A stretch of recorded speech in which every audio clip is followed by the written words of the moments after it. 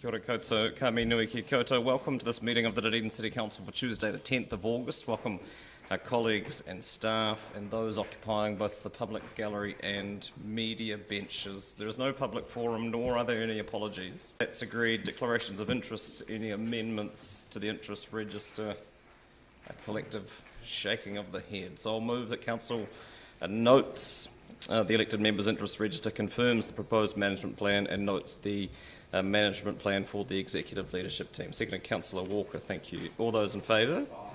Those against? That's agreed. Part A reports. Item 5, the only substantive paper on the agenda, Representation Review 2021, joined by Mr. Ayres, welcome, who chaired the review panel, and Ms. Sullivan. Welcome, Mr. Chairman. I'll hand over to you if you want to introduce the panel's work, and then we can take questions of its content, I suppose, from you, and of process, probably from Ms. Sullivan. Over to you. Kia ora koutou, and I start off with an apology for my two fellow members of the panel. Eleanor Doig is recovering from quite a severe health event, and she needs to look after herself, and so she apologises. And Rachel Wesley, who many of you will know, is in her role with the Otaka Runaka, is a very busy person and just couldn't make it at the moment. So they both apologise, and but I'd like to thank them in their absence for their what's been for us has been an enjoyable and I think worthwhile process from our perspective anyway. Also like to thank you, Mr. Mayor and councillors, for appointing me and others to this role. It's I have found it interesting. I know more about Dunedin than I used to, and I've certainly appreciated your input and also from your community board members and from the wider community through this process, which is I think it's been a good process for you to do. It's a good way to go forward, and it's a pre-consultation, of course, and you're about to enter a statutory process now, which I'll watch from afar with interest. You might seem to have done a lot of work for and not to recommend any change, but I have to say nothing much.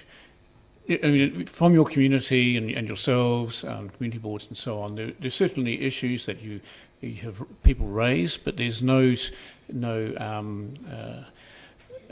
commonality around it. There are certainly people have better other ideas at times, but there's certainly you don't get any trends out of the consultation process that we mainly Claire undertook, or through Claire. I'm also having sat at the other end of the circle here at many odd times. I'm always suspicious of people who ask to review something and then feel they've got to justify their expensive consultant salaries by recommending changes, and when sometimes the status quo is working. We met all the community boards and yourselves, of course, individually, and we talked also with Matawaka, representatives from them, and we also had there was a group. We brought the community board chairs or representatives of the community boards together for a second meeting, just to have an overview from them all, and we also spoke to a sampling, I think I'd say, of place-based groups of their leaderships as well, and that was interesting and very helpful. The one group that we probably would have liked to have met, and we didn't, the two Runaka of Mana Whenua. We did have Rachel with us, of course, so she was able to feed into the process certainly from her runaka, and probably I suspect Puketeraki as well. But I think that you almost I won't say you kneecapped it, but you by appointing people from the two mana whenua runaka to your two of your committees, I think that actually met a need in their view at the moment. The other thing about runaka and Māori representation is that Ngāi Tahu across the Rohe seem to have a view that they're not ready for Māori representation around councils, but it is something I think that as a Dunedin community, you may need to engage on over the next 3 years. That's not a recommendation, but it's just I think it's going to happen across the Ngāi Tahu Rohe through over the 3 years, and you'll be part of it, along with other councils, having to face that. We got 85 responses from members of the community. That mightn't seem huge, and I gather it's less than in previous times. That's a number that doesn't surprise me. I mean, representation is not something that people think about over breakfast, but nevertheless, it is important. It is important to some, and 85 responses doesn't mean to say that only 85 people are interested. Of course, it means that 85 people chose to respond, and we got a variety of views. I have to say that the variety of views were within the normal range of views you get around this kind of consultation. For instance, the size of council, and you've currently got 14. There are some views that it should be smaller. Not many people say it should be larger, but I think because you have election at large across the whole city, and because because you don't have wards, you can almost pick a number out of the air, perfectly honest, and decide what you want, what sort of level of representation you want around the table. And but changing 14 to 13 or 12 or putting it to 15 doesn't actually make very much difference. So the only way you're going to make a difference around the table is if you do a radical reduction in numbers, I would suspect, and they're getting down to the 6 or 7 kind of size, and we didn't see any real strong demand for that. The question of at large voting versus wards. Again, the range of views. People raise the kind of arguments that I've heard before about it. There's nothing new came out of that consultation, but nevertheless, there was no strong push for wards. Although obviously some people prefer that. Probably the thing we talked about most was the role of community boards, and in your organisation you've got 6 around the smaller communities, of course, around the central city, or the main urban area of Dunedin. I'm aware that it's very obvious to us that the various boards operate in different ways, and there's an inevitability about that, and of course that can change from election to election as well. The comment I'd make about it is that what you've got does give, or a number of comments, but one of them is that it does give your community board, I say far-flung communities, outer communities, a voice, which if they didn't have it, they may feel neglected. Whether that's true or not, but it's likely to be the result of that. What we didn't hear was a demand from those communities to get rid of their community board, and I think that was important to us. So we didn't recommend any changes of boundaries. So we did sort of investigate a little bit, talking to the boards, but and you see a reference to the Green Island area, for instance, in the report.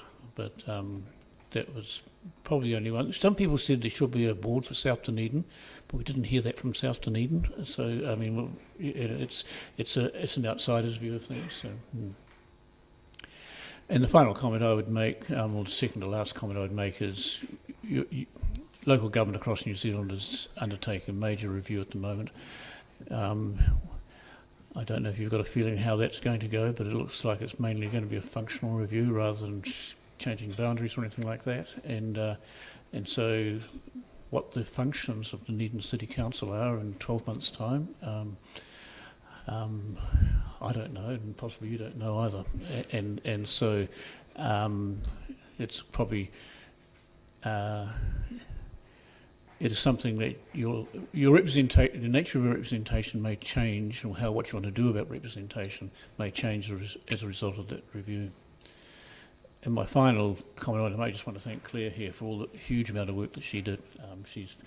You've got a good one here, and she's been extremely helpful to us as your officer working with us. So thank you very much. Thank you, Mr. Chairman. And I'll move the recommendations in due course. I have a question before I go to questions, and it's just around your comment where you talked about how you didn't feel that Ngāi Tahu were ready for Māori representation around council tables.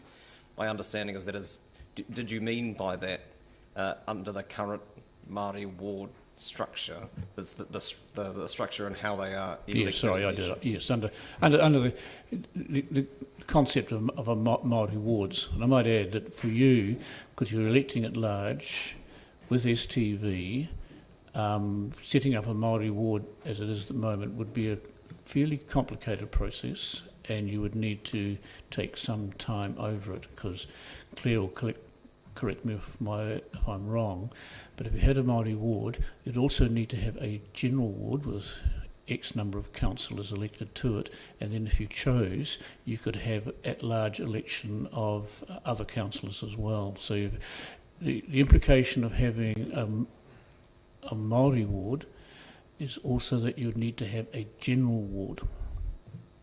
She's nodding. Good. But that is what you think their objection is based on? No, sorry. No, I'm sorry. I'm not saying that at all. The issue.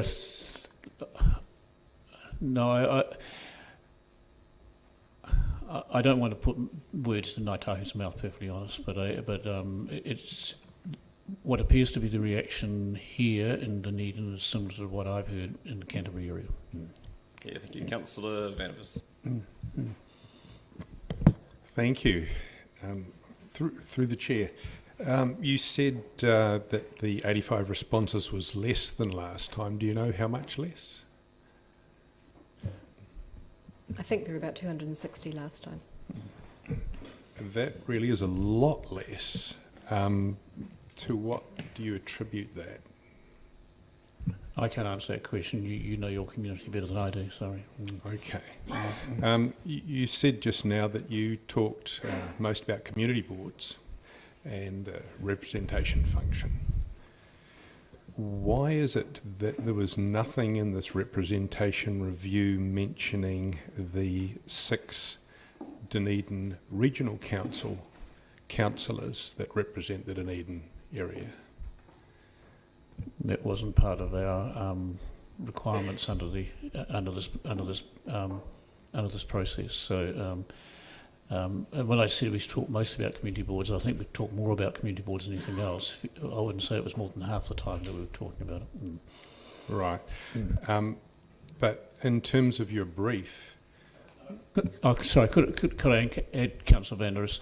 The regional council can also conduct its own representation review, so that's where that would come into. Well, that may well be the case, but given that you were looking at a representation review, Was the role of the ORC, specifically their 6 Dunedin representatives, not considered at all? Councillor, it's not part of the review. We're only required to look at Dunedin City Council. We've got no overview of the regional council. It's only for the territorial authority. Okay, so it's this particular territorial, and it's not a wide representation review, it's council only. Specific to Dunedin City. Yes. Specific to Dunedin City Council. Yeah. My point was that we have another half dozen councillors in the Do you have RC do you have a that are further question, specific Councillor? as well. Yes, I do, Your thank Worship. Regarding Community Board and the discussion that you had on it, was there any suggestion that community boards might be more effective if the funding that currently went to extensive paperwork and paying members, that funding actually went direct to projects as it does in some other community boards around the country? That point, I don't recall that point being specifically raised by community boards, but community board members around the country would always be paid because they're required to under the Local Government Act. Right. Community boards as defined are required to under the Local Government Act, but there are a lot of effective communities that have boards that are volunteer and all the funding goes to projects. And they don't have the extensive paperwork that we indulge with our community boards. Well, you have place-based groups as well in Dunedin, and you find those all over the country. Some of those, as in Dunedin, for instance, in the Waikori Community Board area, actually are within community board areas themselves. So,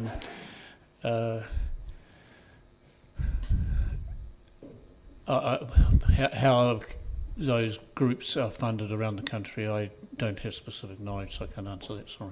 Okay, thank you. And lastly, you mentioned Rachel Wesley. I'd hoped that she would be here so I could ask her myself, but perhaps I can get the answer from you. As she was a very strong proponent of non-elected Maori representation to our bigger standing committees, did she absent herself from the discussions that you had on Maori representation, given her strong public opinions on that? No, she didn't. However, I would have to say that, as I said before, I'm well aware of, and it's in the report, there isn't a single council in the Ngāi Tahu Rahe that has Māori representation elected. But we're not...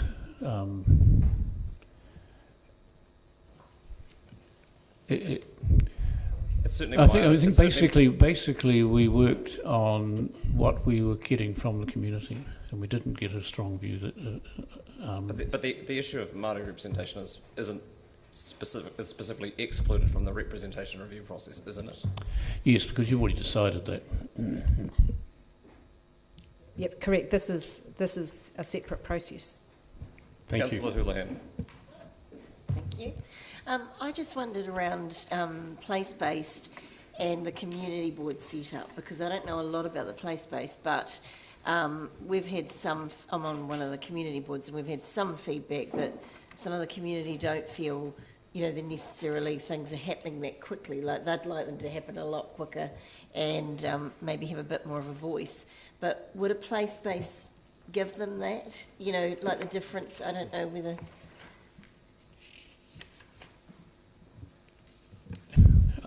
I find that hard to answer. It's really in your hands, really, as councillors. Right. How quickly money gets to, and how it's allocated, it's not really it's not something I could comment on. Okay. Oh, it was nothing about money. It was just about talking about the differences of how place-based would work compared to community board. That was all. Do you have another question, Councillor? I guess the comment I'd make is that they're not necessarily the same thing, and they're not necessarily replacing each other. And as I said, there's an example here in Dunedin where there is a place-based group that seems to be working quite well from what they tell us, and they're within the Waikori Coastal Community Board area and work well with that community board. Lovely, thank you. Councillor Walker. Thank you, Your Worship, and thank you, Mr Ayres, for your work on this, and please pass on thanks to Ms Doig and Ms Wesley. My question is around, and I know this wasn't part of your remit, the way we vote STV versus FPP, but was that board into consideration when you were thinking about wards versus elected at large? Because was that a factor? Because there's some suggestion, obviously, that FPP would better serve the ward system, and alternatively the other way around. We're certainly aware of it. I don't know that it's all that a strong influence. You can have STV with wards, so it wasn't a defining issue for us. Councillor Reddick. Yes, three things. So firstly, thank you for your report, which I certainly appreciate the findings and agree with. Secondly, I'd like to compliment you on your comment that it's not necessary to produce some There'll be consideration time of for change. compliments subsequently, Councillor. If you could stick to Yes. questions, that'd be helpful. And so I'd like to ask a question. Do you consider that the fact that only 85 respondents replied to the consultation is an indication of general satisfaction in the community with the status quo? You know your community better than I do, so I won't comment on that. So. And I would remind colleagues that we're approving something to go out for feedback. There has been pre-consultation done in advance of this, but this is the start of that process. Councillor Barker. Thank you. I have two questions. My first one is, did anybody bring up having a community board for the central city? I think they might have actually, yeah. But again, you get the odd. I mean, one of the things about submissions is you don't always want to fall in the trap of just counting them up. You know, you actually one brilliant idea can actually be you know, something you can work on. I'd have to say we simply did not get a strong push for community boards in the what you might call the central Dunedin urban area. So in terms of the numbers, I think it was only about 2 or 3, and it was, so. I was contacted by someone, but they will have another chance to consult, because how many chances are there to consult? Because I see there's submissions on initial proposals, and then there's a final proposal, and then there's an objection period, so they have another 2 chances, is that correct? Yeah. So if council adopts this today, it goes out for formal consultation, so that public notice will go out on Saturday. There is, you can come and be heard by council, and then council makes its final decision. If it wants to change anything through that submission process, it can do so. And then that final proposal is given notice, and then there is an appeals and objections, which is heard by the Local Government Commission. And my second question was just around the survey with the 85 respondents. I see it there in the appendix, and it had things like age group and ethnicity, and also questions about did you vote, and if you didn't, what would encourage you to vote. Are we able to get all of the answers to that survey? Yeah, I can provide them in the form that's more readable to you than, so I'll provide you with those. Yeah. I just have a question of clarification, Claire. Is anyone free when we get to the final proposal and it's being advertised? Yeah, that's what I'm just checking. Is anyone free at that point? I just think that needs clarification. No, and this is where, so if you have made a submission, you can object. There are rules around whether it's an appeal or objection, so it is very specific, but yeah.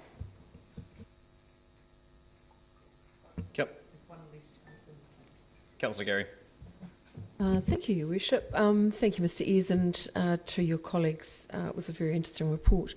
I wanted to explore the feedback you had from community boards, and this was kind of a reading between the lines of just wondering whether I was on the right track or not.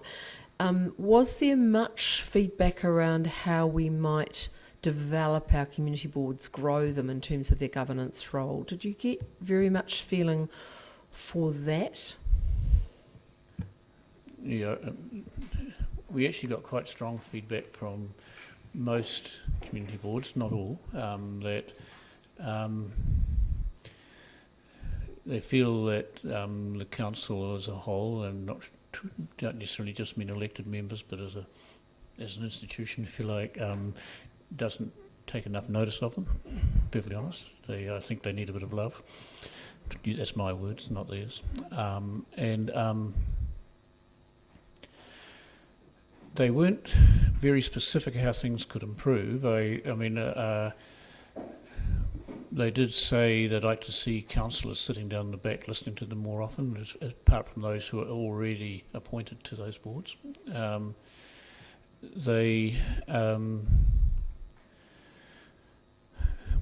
I think some of them are still smarting from what had happened 6 years ago, and so there was a bit of that still around, because they felt a bit under threat from through this process because of that. I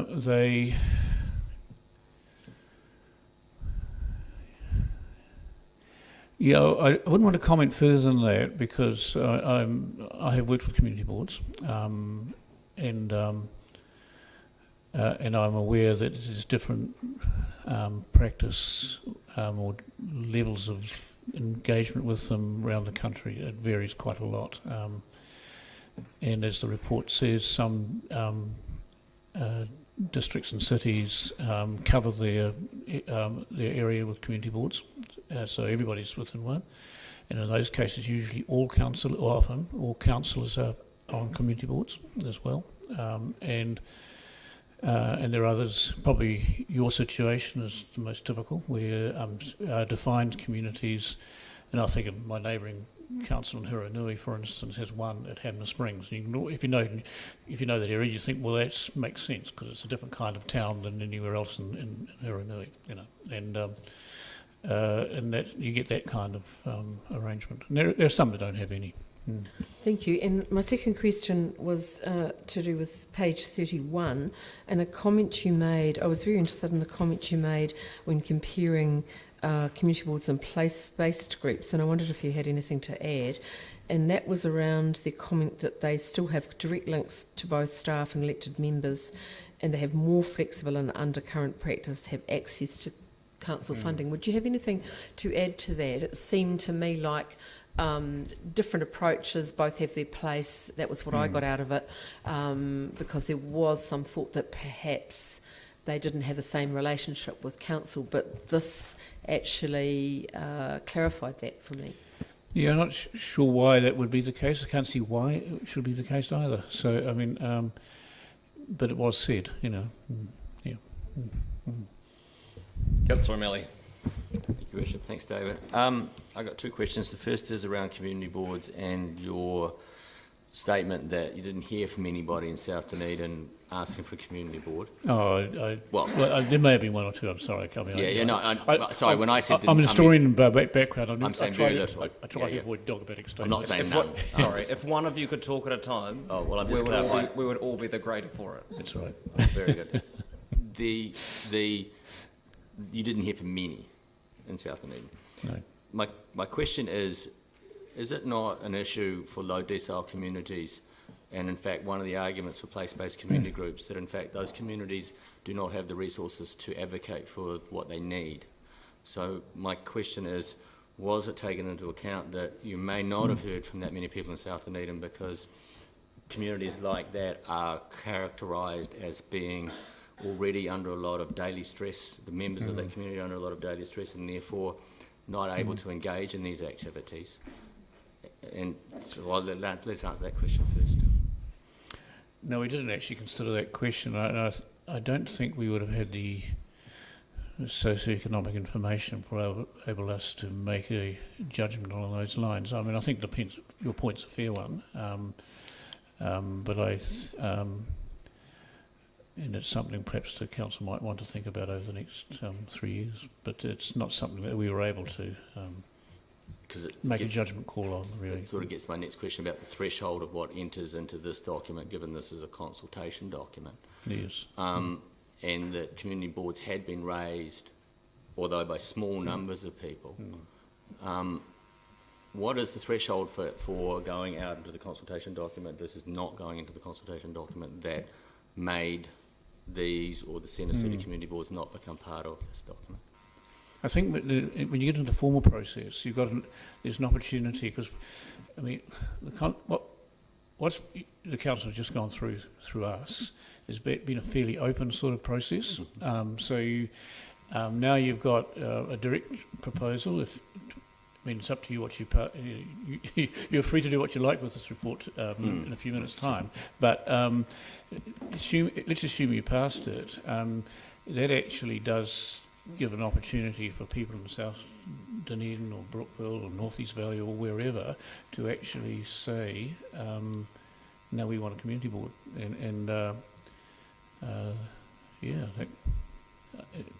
I think that opportunity's there. Good, thanks. And then I'm just looking at it's a design question about wards versus at large. I naively assumed that if we had a Maori ward, it would be a single seat, which would be at large and under STV, and that you're voting on either one or the other depending on what electoral roll you were on. Why would the requirement of a Maori ward mean that we then had to have another ward over there? Is it the use of the word ward? I mean, is it the definition? So it's a requirement of the Act and you could argue that at large is a type of ward, it's just the district as a whole. But it's a statistical thing, so for the purposes of a Māori ward, if council did have a Māori ward, they would need to have 10 councillors elected from a general ward. So the people on the Māori roll would vote for the Māori ward. People on the general roll would vote for the general ward, and you could split that up into 2 groups of 5, for example.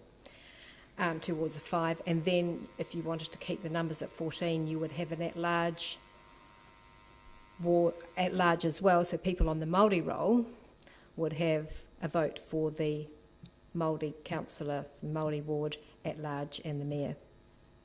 So it's based on the electoral roll and wards, and it's prescribed in the Act. Thank you. Councillor Elder. Thank you, Chair. Mine's similar to Jim's question, but put a different way. Some argued for South Dunedin, North Dunedin, Brockville and Central City being pockets where, in fact, it is low decile area and who don't have community boards. And my question was, when you talk to those areas, and some of them had place-based groups, what was the thought around how place-based groups operated as compared to community boards? I think we heard that place-based groups feel they work well, and they will be different from one area to another.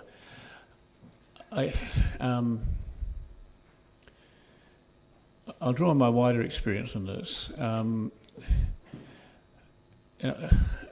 Sometimes a place-based group, which might be project-oriented or might set itself up as a residents' association or something like that, they can be very effective in getting things done for their communities because they are driven by, like community board members really. They're driven by care for their communities, and they've got certain projects in mind. They don't have to worry about some of the other stuff that a community board might have to be thinking about. But I have seen occasions where a residents' association or a place-based group has taken on the role of speaking for that community, and others in the community have said, what gives you the right to speak for me? And so I'm not saying that's happening with your place-based groups here, because they're probably, I get the impression that they're working on particular projects and so on, and but they're not. But there is that danger. So where I've seen those kind of groups operating in areas where there are also community boards, they work best, and community boards work best if they're working hand in hand. The last thing you would want is have a community board and a place-based group at odds, because that would be disastrous for that community. In essence, those place-based groups do serve as an in that community, those communities in particular, which I've talked about, who have place-based groups, as an advocacy group for that area effectively, do you think? Oh, it certainly can, and sometimes it's just a very small neighbourhood can act in that way for their neighbourhood, or they can be quite large in what they're covering, but they. It's a question of legitimacy at times. Yeah. And it depends. Situations vary with, it's very hard to generalise, perfectly honest. Yeah. My second question is, a lot of people supported still having 14 councillors, and one of the reasons they stated was that they felt that it enabled a more diverse group around the table, but also a broader representation of not just the different points of view, but different geographical areas. Can you comment on that and what the community talked about? Well, I think you've pretty well said it all, really, in your question. A council is not a commercial board. You are a representation body, a representative body, and I think most communities will want to think there is a broad sense of representation around the council table. You're never going to get every particular single group represented, but it's diversity around a council table or a community board table, for that matter, is I think most people would see as desirable. Councillor Wiley. Thank you. This is a question Mr. Ayres may not be able to answer, but Ms. Sullivan or Ms. Graham, the CEO. When we go back to 2015 and we did this review, and I've gone back to an ODT headline from the 17th of June where it says community boards to fight for survival, and it goes into a transition to reduce the number of boards and the number of people serving on them, did actively engage a lot of the community, especially in the community board areas, to make this submission. So when I look at what this representation review was done on, there wasn't anything as compelling to really get people to engage. And would that be a fair assessment why we went from having 300 plus last time to I think you're comparing different stages of the process, Councillor. So what we've done so far is get feedback in general that then is distilled down into a proposal from the committee. It was the proposal from the committee that Council adopted 6 years ago that engendered the public debate. I agree with that, and I still look at the numbers and then go, is it a level of contention that we're not going to be dealing with this time round compared to previously?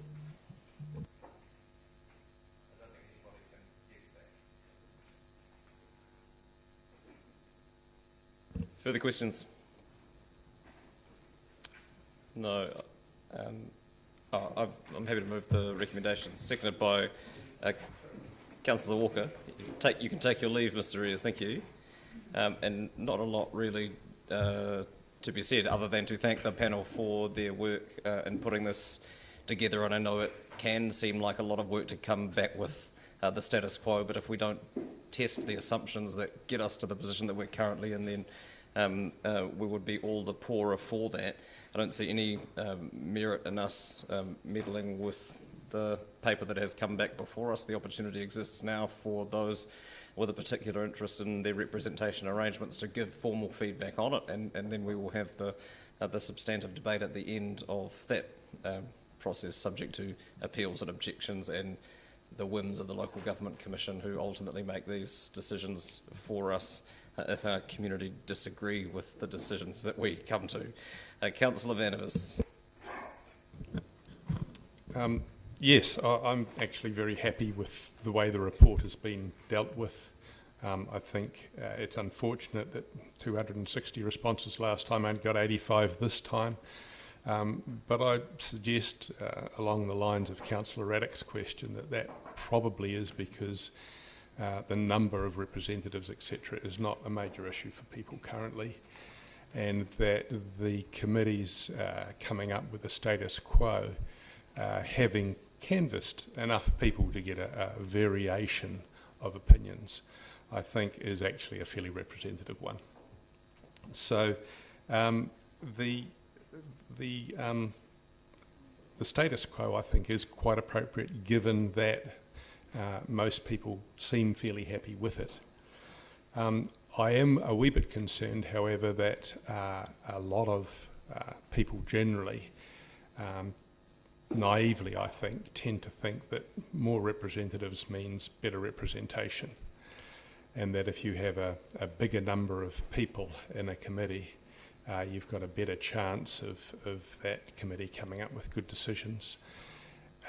If you look at the research that's been done on committee numbers, and it's really quite extensive, and it applies not just to businesses but to corporations and to governments and everything else, there is a fairly standard agreement over a lot of different studies that 5 to 9 members of the committee is optimum if you want people to represent individually on that committee.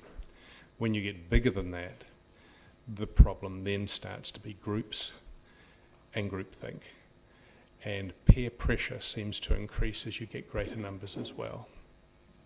So whereas I completely accept that this has been a very well done review, very thorough, and I very much appreciate also that right through the paper that we're presented with here, we're given specific numbers on just about everything, which is great. So you can see not just the conclusions that were come to, but why those conclusions were come to. I very much appreciate that. I personally, however, and it's because I think I've got the benefit of having spent a long time on many, many committees, believe that the recommendation for the number of councillors to remain at 14 is suboptimal. I don't think it's the community's view, it's my own personal one. And I would like the opportunity when voting for this to actually put my own personal opinion, not to be able to vote for 2, 3 and 4 because of what I've just explained. Are you foreshadowing alternatives should they fail, Councillor? No, I'm just not wanting to be seen to vote for something that I don't think is the optimal idea. Happy to take it apart, that's fine. I just wanted to make sure. Thank you. Further speakers, Councillor Gary.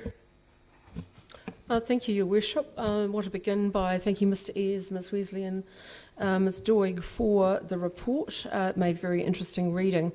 And I don't know if the comparison between the 85 and the 200 and something was at the same stages of the process, but I would contend that, as has already been articulated, the proposal, when it did go up to the community for consultation in the next stage, certainly engendered a great deal of interest because of the proposal to change a number of things, and a number of aspects, not the least of which was community boards. And as Councillor Walker will remember, because we were part of that appeal process to the Local Government Commission, it certainly did engage people very much so in the process.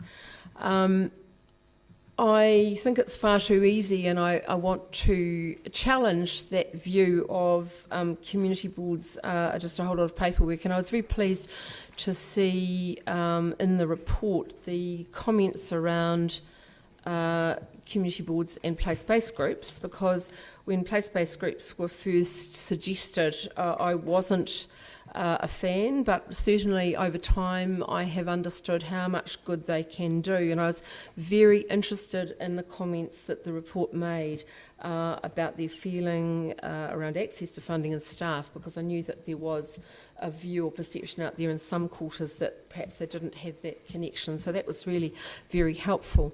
But just to remind colleagues, because I think that we do need to do better, that we've seen evidence of the work that community boards do in a positive way in our community as a conduit to and fro for on-the-ground information, and no more real than during the issues with the water in Waikori, and noting the excellent job that the community board did in that regard.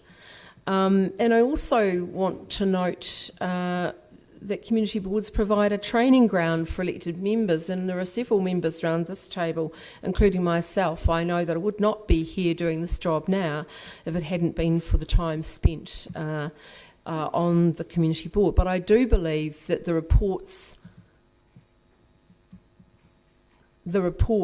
mentions that there's, and it was Mr. Ware's own words around needing to feel a little love, maybe need to be valued, that perhaps we need to give, and I've always contended this, and I did back in 2015, we need to be doing something differently around induction and workshops and professional development for our community boards to get the very best out of them. We need to make sure when they stand for that position they understand what it involves, and we need to nurture those skills. And in terms of delegations, I was very interested to read around wanting more delegations. I'm very aware that some boards in other places have a huge number of delegations, but I've never been one to believe that was necessary. I believe a community board can be incredibly effective without having a whole lot of delegations. So it was a very interesting read, and understand why the recommendations are as they are, given the possible changes that we may see coming in terms of reform. I look forward to further understanding about what Ngāi Tahu would like in terms of Māori wards or some other form. I look forward to understanding that in the future. So thank you for the report. It made very interesting reading. Thank you. Councillor O'Malley. Thank you, Worship. I think it's become a fairly perennial debating point about the relative roles of place-based groups versus community boards and community boards in different communities. And the more I've seen it unfold, the more I feel that we sometimes approach this as an and/or issue as opposed to both. They are quite different entities, they have different relationships with their communities, and they have different levels of oversight and representation. So community boards are public entities, they have public meetings, and they are elected. Whereas place-based groups, their meetings are not necessarily public, they are formed as opposed to elected. And so each is a different nuance, and as Mr. Ayres pointed out, they can coexist.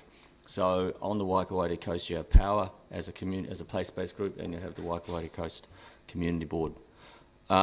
So I would actually like us to think going forward, when we say community boards for certain areas of town, if there is no community board there and there is a place-based group there, it doesn't mean necessarily that that argument has to mean at the exception or expunging of that place-based group, but in fact another activity in that part of the city. And I would always argue for South Dunedin that it would not have taken as long to build a South Dunedin library if there had been a community board there. Because you see the actions of community boards, you see the behaviours of the boards when that community is asking for something that is functional, in a functional relationship to the city, that those boards press and press and press until they get what they think their community needs. I'm not saying the place-based groups couldn't or wouldn't, but they have a different relationship with the city. So going forward, I would just say, please don't keep making this a chalk and cheese or an and/or, but maybe consider both.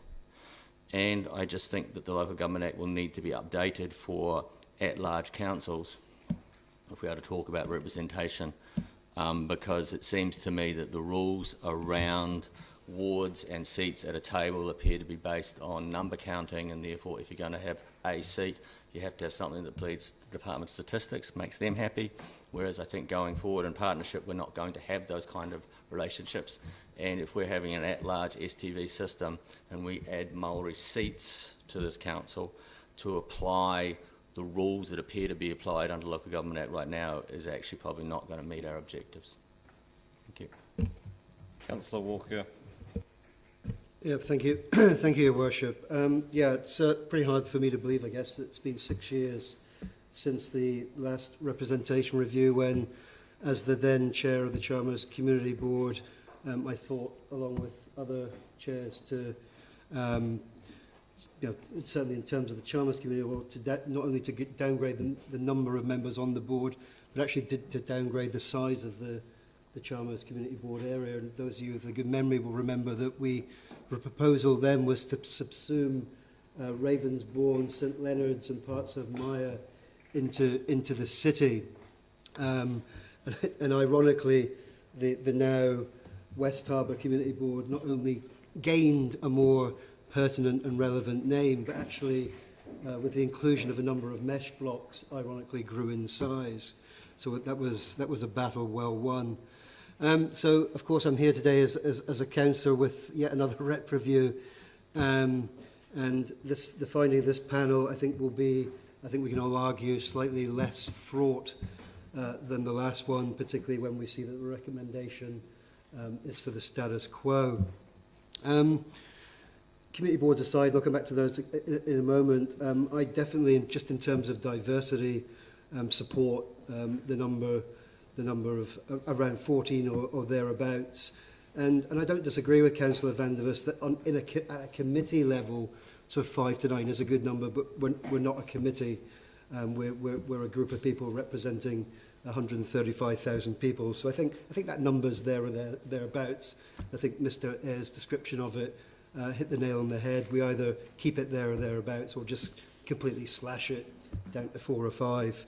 And I also do support the council being elected at large, and I say that as somebody who 6 years ago disagreed with that, because I did come from a ward area, the area that ex-councillor Noon represented, and my argument at that time was there was a very strong chance that the outer communities, if we elected at large, would be solely served by people from the central city. And although that didn't pan out in the subsequent 2 elections, I think we just have to be cognizant of the fact that that risk potentially does exist at some point in the future. And I think, and that, hence my question to Mr. Ayres, if that does prevail, I think I would be more of an advocate for changing the voting system if we were to move back towards or otherwise. But that's for another day. So back to the community boards. I think, and correct me if I'm wrong, Councillor Gary, I think between us we probably served 21 years on community boards. I know I was 12, and I think you were 9. For some I thought Councillor Lord also served, but he's shaking his head, he didn't. So we do, I think between us we do know a thing or two about boards. So with that experience in mind, I do ask myself, will community boards be happy with this proposal? I think they probably will be, actually. And I think as a council, I'd hope so also, particularly in the context of other concerns we have. It would worry me if we had to battle like last time in the context of RMA reforms, 3 water reforms, local government reforms and health reforms. So let's hope that everyone agrees the findings here are well worth supporting. And from my very long experience on community boards, I can assure you that well-run, well-functioning board is absolutely critical in terms of advocating for communities of interest that are detached from the central core. And I think Councillor O'Malley alluded to that. Many things that have happened in the board era simply would not have occurred without the vision, the advocacy and the work of community boards, which in turn accrues to the benefit of the whole city. As an example, the shared path out to Port Chalmers, very much a community board project, is a shared path enjoyed by a majority of Dunedin city residents. And also community boards are critical in terms of understanding, examining and addressing local issues and passing those on to us here at Council. And as Councillor Gary said, look no further than the recent events and the recent storm events to see how vital boards are when we need them in times of crisis. So in closing, because I can hear the buzzer going, I once again just want to thank Mr Reyes, Miss Doig, Miss Wesley and Claire Sullivan for their work on this. Thank you. Thank you. Councillor Reddick.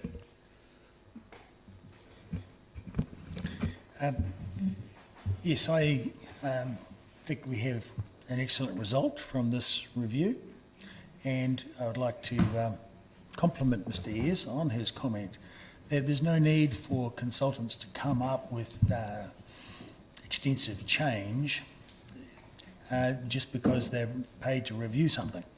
I think coming up with the status quo is highly appropriate in this case. I think we have a really good set of representation across Dunedin, and that is reflected in the fact that very few submissions were received.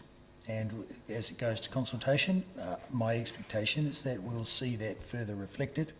And I think having councillors covering the whole area provides excellent representation around the council table, but also the community boards in the periphery, the outer-lying regions, gives them a better chance to advocate on behalf of the community. And similarly within the community, within the city, place-based groups, of which there are quite a number, are very active where they see the need. And I think that is, in particular, the South Dunedin place-based group has been quite pivotal in the development of that South Dunedin library. And I think as we move forward, we will now have expert input into our committees. So we've, I think, quite elegantly covered off the issue of Maori representation within the council. And I think that's very beneficial because, as has been discussed around the table today, it's quite a messy business to have Maori wards. And I think because of that, there has not been much of a push within the South Island for those. So I'm very optimistic that we'll achieve good results with the way we've structured it. And I come back to the one of the critical things mentioned in the review is that when the going gets tough, when there are civil defence emergencies or immediate response required from communities, having a range of community boards and committees and groups that can respond and reach out to the community directly and know what is involved and who to talk to achieve a response is a very valuable thing for any community. So it's a very strong factor for increased localism as opposed to moving towards central control. So that is a very strong factor why localism is a very important part of our democracy rather than all control and administration of anything moving to central authority. So I think that is a consideration to be taken into account as we look at this review. But thank you, Mr Ayres. I think that was an excellent result. Councillor Wiley. Thank you. I also want to thank Mr Ayres, Miss Doig, Miss Wesley and Miss Sullivan. I guess the key is there are no fireworks in this one like there was in 2015. But at the same time, I hope the community do come out and submit because I think this is important that they do have a voice on this issue, and that I look forward to listening to them when we listen to submissions on Wednesday, October the 5th. But it's important, even though there are no real fireworks in this, that we still hear from the community, and I think that is extremely vital. And I, for one, will be looking forward to listening to them on October the 5th.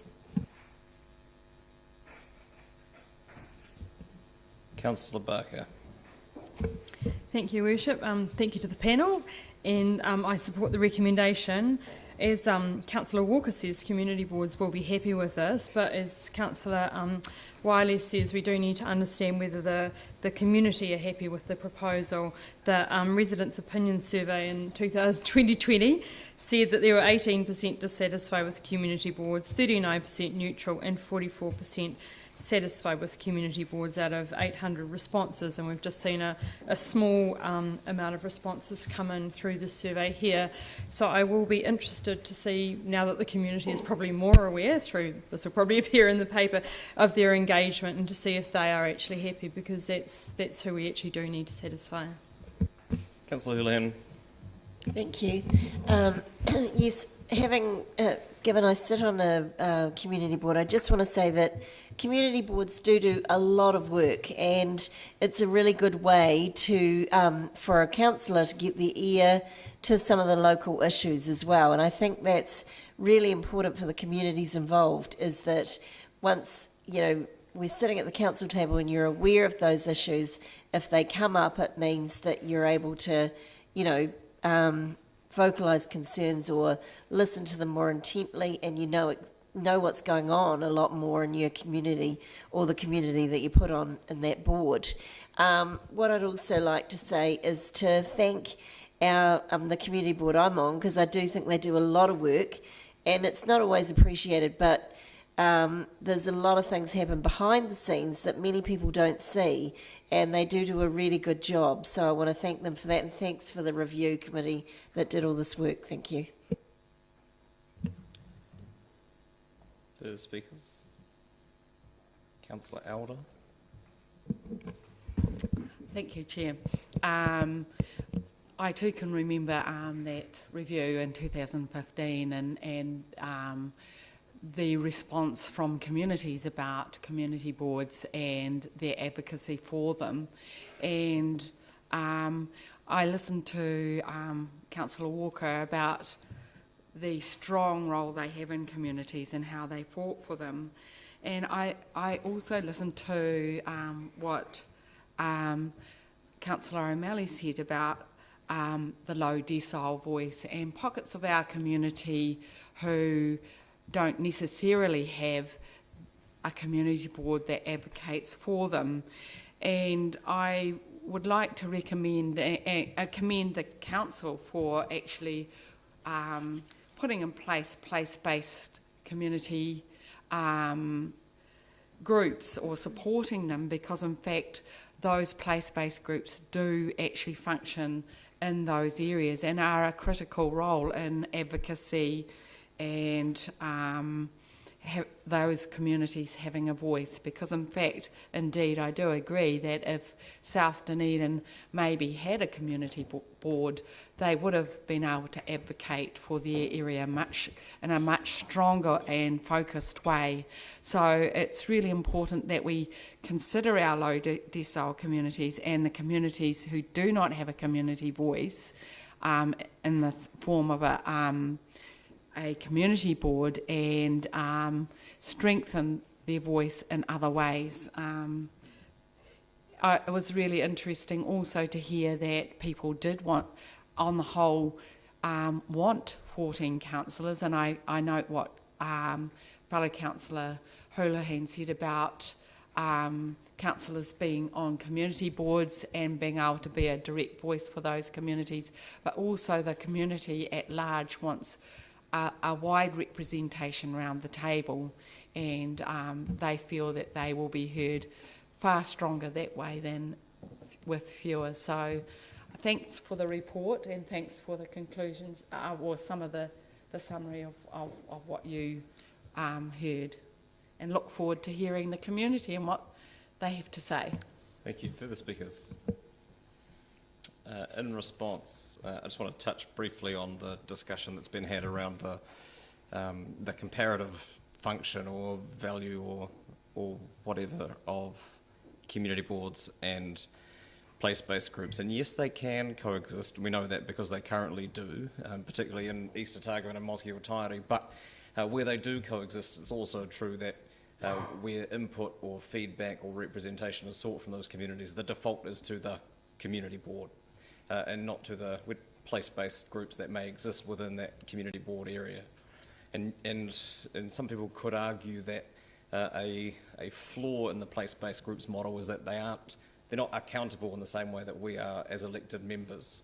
But I would also posit that the structure, the more informal structure, allows for active participation and decision-making by people for whom electoral success is a greater barrier than it is for those who get elected under the more formal systems that this organisation puts forward, and therefore the discussions can be all the richer for that. I think we have to be careful about sitting outside of neighbourhoods and telling them what's good for them in terms of how they might be best represented.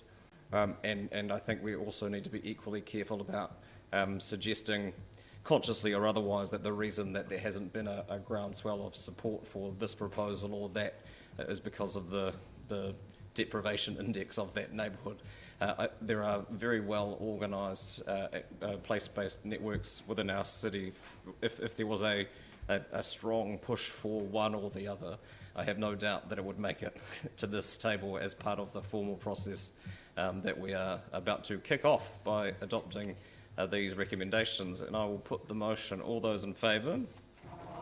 Those against? Oh, sorry, I'll take them separately. Sorry, Council, it was Romans 2, 3 and 4 that you wanted to vote against it. Please, thank you. So you're comfortable with taking 1 and Yep. 5. So we'll take 1 and 5. All those in favour? Aye. Those against?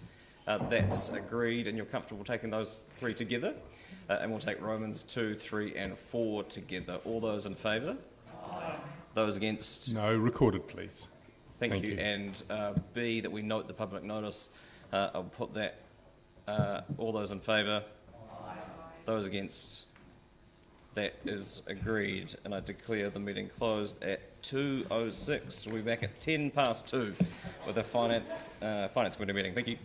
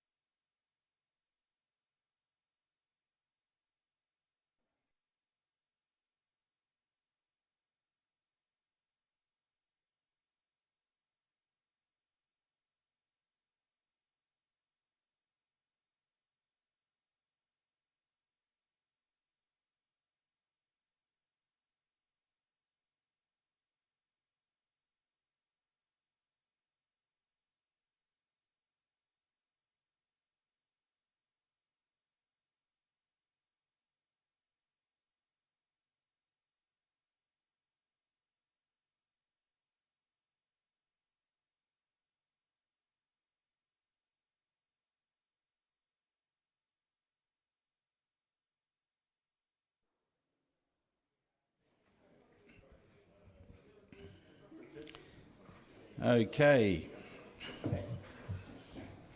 I'd just like to welcome you here to the Finance and Council Controlled Organisations Committee. There was no apologies for the last meeting and there's none for this meeting. I'd like to confirm the agenda. I move that we confirm the agenda as is. Seconded Councillor Benslimpope. Old Dave. With that, any discussion? I'll put the motion. All those in favour? Thank you. Declarations of interest. I'd be very surprised if anyone's joined any committees in the last 10 minutes, but if they have, would they like to make those declarations now? No new businesses, Doug? No? Okay. With that, I'll move the declarations of interest. Got a seconder? Councillor Hall. Those in favour, please say aye. Aye. Thank you. Now, confirmation of minutes. The minutes were attached and I have read them and I am happy to move them. Councillor Walker is willing to second them. Is there any discussion? Okay, if that's the case, I'll put the motion. The minutes of the Finance and Council Controlled Organisations Committee from the 8th of March. So all those in favour, please say aye. Aye. Against? That's carried. Thank you. Now, item 6. Actions from the... Item 6, actions from the resolutions of the Finance and Council Controlled Organisations. Is there any questions? Councillor Barker. Thank you, Chair. I just see that it says that on the status of the open action that a report will be prepared and presented to a council meeting, and I wonder if there would be able to be a date confirmed around that. So we will work on a date. I mean, there's a bit of work involved in this. The term comprehensive analysis presents a number of challenges, but we will endeavour to have something for council prior to Christmas. Obviously, what we can do is take into account the money that is spent in the last financial year in relation to COVID. So there was the COVID disbursements. So we'll be able to incorporate those into this report. So the answer is when it's done. Yes. Any other questions? Okay, I will move that. Seconded Councillor Hall. Any discussion? I'll give you a bit of leeway since I abused you before. After what you called me, that's good. Yeah. Just in respect of the comments that Mr. Logie made, I can recall that discussion, and I don't think there was any intent to actually create difficulties for staff, but the context was that the amount of the funding levels and the general spend that the council had contributed to support our community on the onset of COVID wasn't widely known in the community, and so I would hope that we don't have to sort of chase our tails too much to get a report about the general sort of sums involved rather than the I think I was responsible. I'm feeling guilty for being responsible for the comprehensive part of the resolution. Some of the things you don't feel guilty about, but yeah, I think Mr. Logie will take that on board. Now, sorry, Councillor Raddick, did you have a question too? I did. Further to that, Mr. Logie made the comment that he should have a report by Christmas. Is it his considered opinion that COVID will be all over by Christmas? No. Definitely not. Okay, with that, I'll put the motion. All those in favour, please say aye. Aye. Okay, thank you. That's passed. Item 7, the Forward Work Programme. Councillor Barker. Thank you, Chair. I just have a question about whether the it's got for the financial results. I'm just looking for the council-controlled organisations. We'd be expecting under the Local Government Act to have their annual reports within 3 months after the end of each financial year, and I just wonder where that sits in the Forward Work Programme. I will engage with the governance group to get that added to the work program, along with the 6 monthly accounts. But noting, isn't there a delay with audit this year for the accounts, so that will be later? My understanding is that there is a delay with the audit, but it's still going to be delivered within the statutory timeframe. There was some exemptions provided to the sector for a number of territorial authorities. The DCC, being a large territorial authority, wasn't party to that, so we still have to meet our normal statutory deadline. So yes, we'll get it added that those accounts need to come to either council or this committee. It does say in the papers that they'll be provided early 22. No, that's the parent company. Oh, the parent, yeah, So it's slightly different. Okay. Any other questions? With that, I'd like to move the forward work program. Seconded Councillor Hall. Any questions? No? Okay, put the motion. All those in favour, please say aye. Aye. Against? That's carried. Thank you. Now, Waikori Fund. Mr Davey.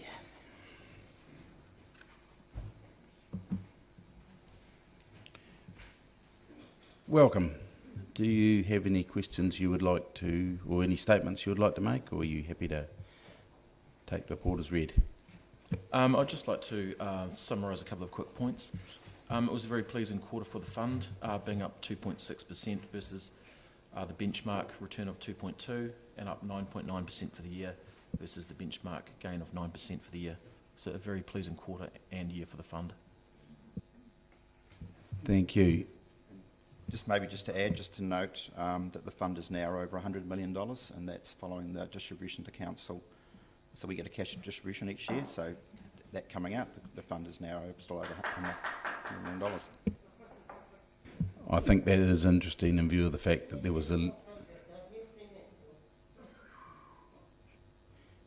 I think in view of the fact there was a letter to the editor recently suggesting that the money had been spent and wasted, it's quite handy for the citizens of Dunedin to know that they have a fund of $100 million. Councillor Lafiso. Tēnā koe, Mr Chair. Thank you very much, Mr Davey, for all the ongoing work, as usual. I've just got a hypothetical, I suppose, and I'm just, forgive my ignorance, but what policies, set of policies might we refer to if the council were of a mind to increase the Waikori Fund? The fund is governed by the SIPO, the Statement of Investment Policies and Objectives, and references can be made to that. Do you want to go on the speaking list as an order, or do you want to go now? I want to ask a question. Oh, yeah, okay, thank you. Got you there. Sorry, it's is following on from Councillor Lawfissel's question. The SIPO governs how the fund is spent, but not necessarily whether or not we would be able to inject further capital into the fund. And if councillors recall, we've made changes to our financial strategy that means that if we have money that is surplus, there are options for how we might do that. There's a report coming back over the sale of something shortly which will present options. One of those may well be, do you want to invest it in the Waikori Fund? Previously that hadn't been allowed under the old financial strategy because it went to debt repayment, but now there are other options. Can I, just for clarity, Councillor Lafiso, were you meaning that if we had surplus cash or sale of other property or something, we would add that to the thing, or were you meaning? Oh, I wasn't thinking of anything in particular. I was just wondering, given that the very, pleasing result, yep. If, planning for the future. I was just hypothetical. Thank you. No, and accepted that. Thank you, Councillor Radich. Yes, given on page 32, one of the key objectives is to grow the fund's capital, and the value is now at 100 million, but the revised capital base is still only at 88. Why wouldn't we make 100 million the revised capital base now? As far as the revised capital base, it's adjusted upwards with inflation. So you could actually see a situation where you have higher inflation and the inflation-adjusted capital base increases by a reasonable amount. If you had the revised capital base at 100 million, it wouldn't leave much room for any pullback in the market as such before that level was breached. But it is very sensitive to the annual rate of inflation over time. Would it be realistic to aim for that? Because if we had another year like this year, then that would provide enough headroom, do you think? That could be the case, although I think it's good practice to keep consistency over time. Probably just to add to that, Councillor, what it allows us to do is draw that annual cash dividend out of the fund. You can see sort of in the 13 to 15 year where that line got quite close to the limit. So effectively, by having the limit where it is, and it is set in the SIPO, so the SIPO is subject to council approval, so it could be changed as part of that, but it just gives the fund a buffer so that we can continually get the same level of dividend each year without having to take a drop in dividend, cash dividend, because the fund has gone below. Any other questions? Councillor Walker. Yeah, my question it's quite a pedantic point, but I think all nonetheless quite relevant. On page 31, the very last sentence of the second last paragraph says, basically, even with some increases in cash rates now expected, equities should continue to provide favourable asset returns as an asset class. My question, therefore, is in the context of rising inflationary pressure, which isn't going anywhere, and I'd imagine fairly certain cash rate rises, wouldn't it be better to say that that last sentence, cash rates now expected, certain equities should be, because it's certainly not the case that equities are going to be across the class, are going to be solid in the context of those pressures that are going to be coming. So I'm thinking banks and gentailers, for example, thankfully we have quite large holdings of those, will be, but it's... Yeah, I suppose in any market there's always equities which rise and fall. Although generally in a strong inflationary environment, equities do tend to perform fairly well overall. So while I take on board your point, I do still think equities will continue to provide favourable returns overall as an asset class. I don't disagree, but do you agree that certain equities will certainly do well, but absolutely certain equities won't do well? Yes, that's probably true.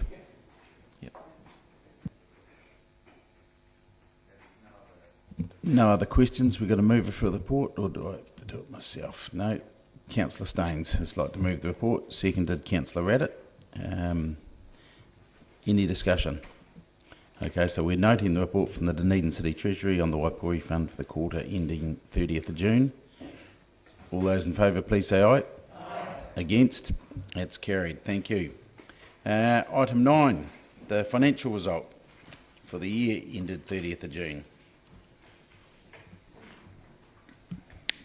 Mr. Logie. So just a couple of points to note.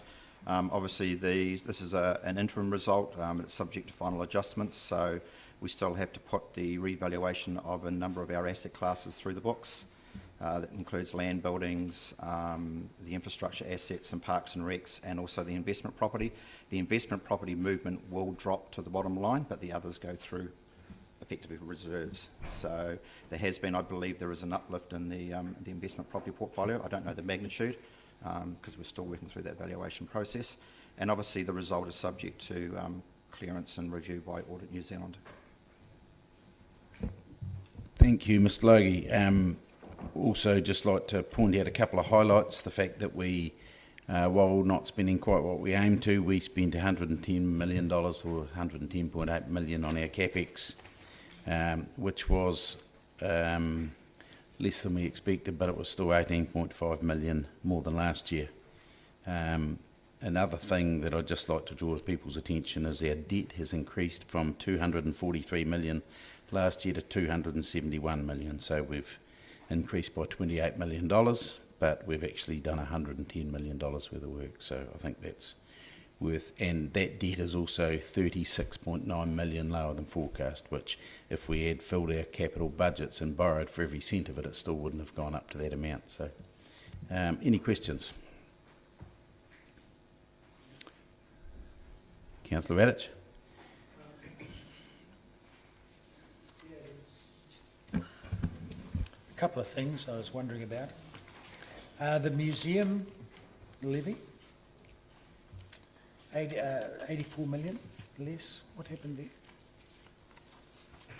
I hope it's not 84 million, Councillor. I would be very poor. So there was an adjustment to the levy. So there is a number of legal rules around the levy that we're required to pay to the museum, and we ended up paying an extra $84,000. Right, 84,000. Not 84 million. And similarly, arts and culture, there was quite a change, almost $1 million.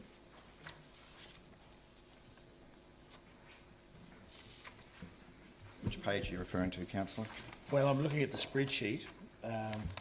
on page 43, but Yep, so that's... It is referred to in the notes on page 49 as well. But is that, I mean, it's quite a lot extra, nearly $1 million extra in entrance fees? Yes, so remember when we did the budget for the 2020-21 year that we were reasonably conservative in the income lines for some of the areas that have a tourist impacted by the change in tourism.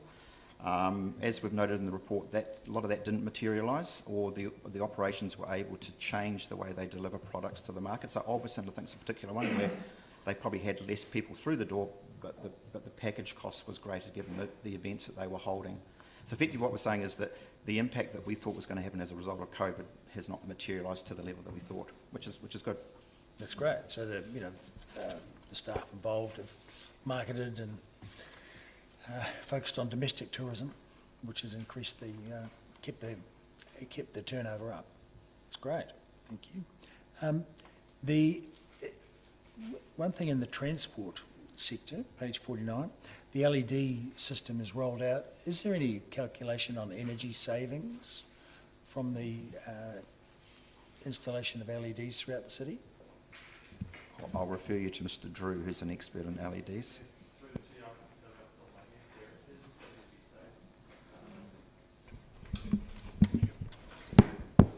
So I couldn't tell you off the top of my head. There is energy savings. They're working through with the way that we record and then pay for the power. They're working through the details of that at the moment. So I'd have to get back to you on the exact numbers, exact savings. Thank you. And lastly, page 45, there's grants and subsidies revenue. We were received a lot less from Waka Kotahi for transportation. However, we did receive some for water reform work, which was then put back into transportation. So, no. So the water reform money has been spent on water projects. So it's very specifically tagged to very specific water projects.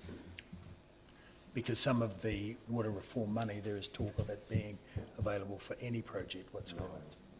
I believe that's Not any that money first that may come in the future. Right.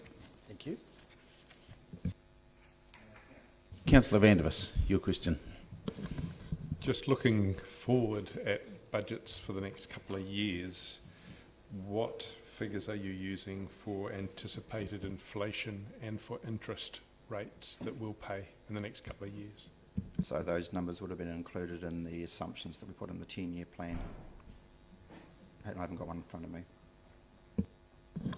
I remember asking then and being disappointed. Thank you. Any other questions? Councillor O'Malley. Thank you, Mr. Chair. I'm just looking at the operating cash flow, and it seems to be tracking pretty close to the previous year, but quite a way above the budget. Is that? But then the lines seem to be closing. Is this like by the end of the year, they'll be back together again? This is the end of the year. Well, I mean, okay, sorry, by going into the next quarter of next year, it looks like it's coming back towards, the budget's coming back up towards that, but there was quite a gap in the middle, can you? It won't move, that's... No, I know, but but as of next year, let's hope the lines are coming back towards together. In the middle, there was quite a gap between the budget and the actual. So remember, the water reform money would have come in, so that comes in as an operating cash flow. So that's why it's above. Yeah. And that's why it's above, and that's why the surpluses are better, because it didn't seem to match up. Okay, that makes sense now. Thank you. And we had budgeted last year for an unbalanced budget, so it's turned right around on that too. Yeah, by a greater amount than the water money too, by the way. Any other questions? Councillor Hurley. Yes, I suppose it's not really, might not be a question, but... if it's not a question, do you want to save it for debate? I believe that our interest rates are fixed on quite a low rate for the next 10 years, is it? Did I read in here? I was just trying to find it. Well, it's certainly set at quite a good, I thought, low rate for quite a period of time. I believe I read in here, and I'm trying to find it now, but I do believe I read it somewhere. Is that correct? So this is just the financial report for for the previous financial year. So the rate we paid was around 2.85%, although we did get a rebate from Dunedin City Treasury.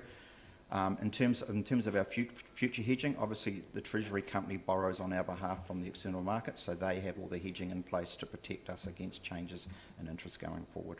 Because interest rates are, I mean, I think it's a given they are definitely going up, but I believe we've set to protect from that. That was my understanding. That's what I read somewhere, that we'd set for the next X amount of years. I don't know where I read it, somewhere in here. It's not in this report, but Mr. Logie has answered. There is hedging in place. Any other questions? Okay, Councillor Hall has indicated the willingness to move. Councillor Elder has seconded. Any discussion? Yeah. Councillor Geary. Yes, thank you, Chair. I just wanted to comment in generic terms. Sometimes it's really good to take a step back and think about this in the overall scheme of things. And in many quarters, from Mr. Brad Olsen, economist, to people from the Chamber and to people within this organisation, we were extremely worried. There was a lot of doom and gloom a year ago around what the impact of COVID, what would be, and none of us knew, and it was wise to take a conservative approach. And I just want to comment on the prudent management of the city's finances, the prudent management of the Waikori Fund, and just compliment our staff who are here because of their expertise in the job they have done through this period. And we are in so much better a state than we thought we would be in, but it is not a coincidence. So I just want to acknowledge that work. Councillor O'Malley. Thanks, Mr. Chair. I do acknowledge that a lot of economists did say that coming out of COVID, but with the wage subsidy in place, I think it depends on whether you're a Friedmanite or a Keynesian as to whether you thought what would happen next. And I actually never really doubted that with the wage subsidy in place that the economy would come back as well as it did. So it's just a side comment because we keep talking about the doom and gloom of COVID. What I do want to comment on in this particular report is capital expenditure is starting to come back up to budget, and I think that reflects a lot of the stuff that has come into the efficient execution of contracts. And I look forward to the next financial year as we start to get closer and closer to the actual budgeting for capital projects and the delivery of them. And I think I want to congratulate staff on seeing that gap start to close. Councillor Houlihan. Thank you. Yes, I would also like to congratulate staff. I thought this paper was a pleasure to read, and I don't often say that about finance papers. Given I did a master's paper in finance, I did not particularly overly enjoy finance. But anyway, but you know, to go through this page and say arts and culture 895k favourable, enterprise Dunedin 412k favourable, parks and rec 1.241 million favourable, customer and regulatory services 679k favourable. I could carry on. You know, brilliant. And given, as many of the others have said already, that we thought this could have been a real dire budget and terrible times, you know, obviously things for people in our community, and some people have been hit hard, but it does look very favourable at present for a lot of our figures. So, yeah, hopefully we can now clear some more debt, and I really urge Council to look at prioritising clearing down a lot more of the debt. Thank you very much. Any other speakers? Councillor Raddick. Yeah, I think it's a job well done. The staff have done extremely well, and the result for the year looks really good. I am concerned, as I flagged before, though, that our net results from subsidies is that transport subsidies have been taken away and replaced with water reform subsidies. So it does concern me. That is, to be fair, out of our control, though. Look, I'd just like to say the same. I'm pleased with this result. We went into the season not guaranteeing to make a profit. We were thinking that we went for an unbalanced budget, which was history making, and that hasn't turned out to be the case, and I'm just reasonably happy. Sorry, the Mayor wants to speak. Yep, that's right. Private, you know me. No, I just think we have had a good result. Yep, I think we have had a good result, and I'm very pleased with that too. And I am also the previous report too. No doubt about it that the Waikori Fund is doing very well. Mr. Mayor. Thank you, Mr. Chairman. Just briefly to reiterate much of what has already been said, I thank staff for the work that has been done, particularly in the uptick we've seen in the delivery of the Capital Works program. It is the most significant year of capital work delivery that I can recall in my time here, and that is certainly to be encouraged. And I know that this is a report on financial performance over the last 12 months, but you can't separate that from the budget against which it was set, and it was a particularly challenging time, as has been alluded to try and set a budget in May of last year, given what we didn't know, regardless of our economic philosophy, what we didn't know about what was going to roll out. And I want to go back slightly further than this period and thank staff for the work in preparing that for us in May, and thank councillors actually for having the courage of our convictions to support that and resist the calls that existed certainly in our community and up and down the country to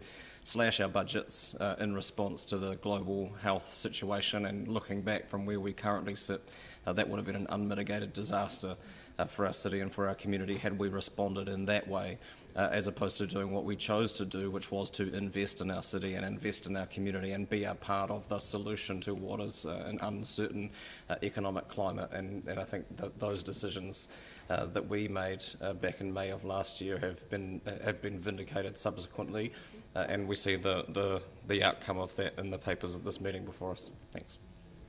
Thank you. I agree too. Yeah, Councillor Barker.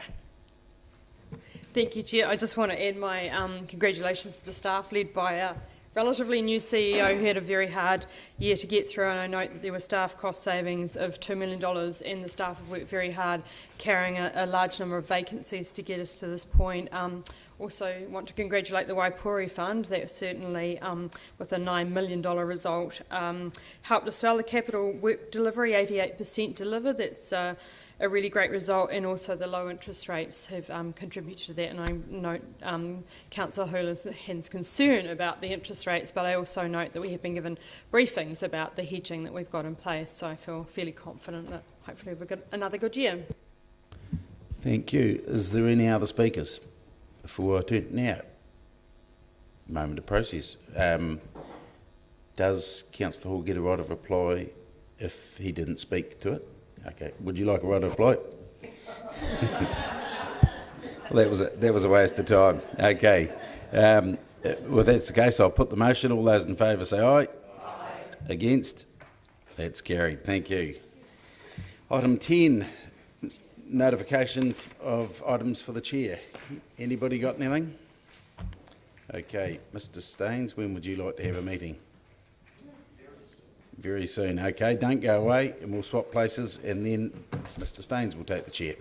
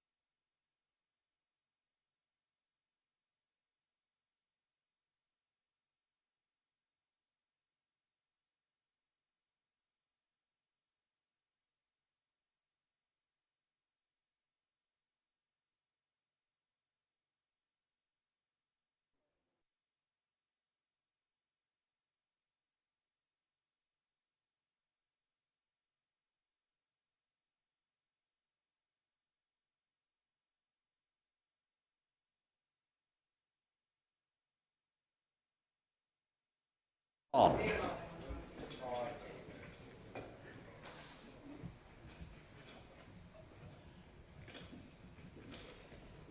We have a public forum today, or a delegation for public forum from Startup Dunedin. So I'd like to welcome Rachel Butler and Jamie Reedy to the table.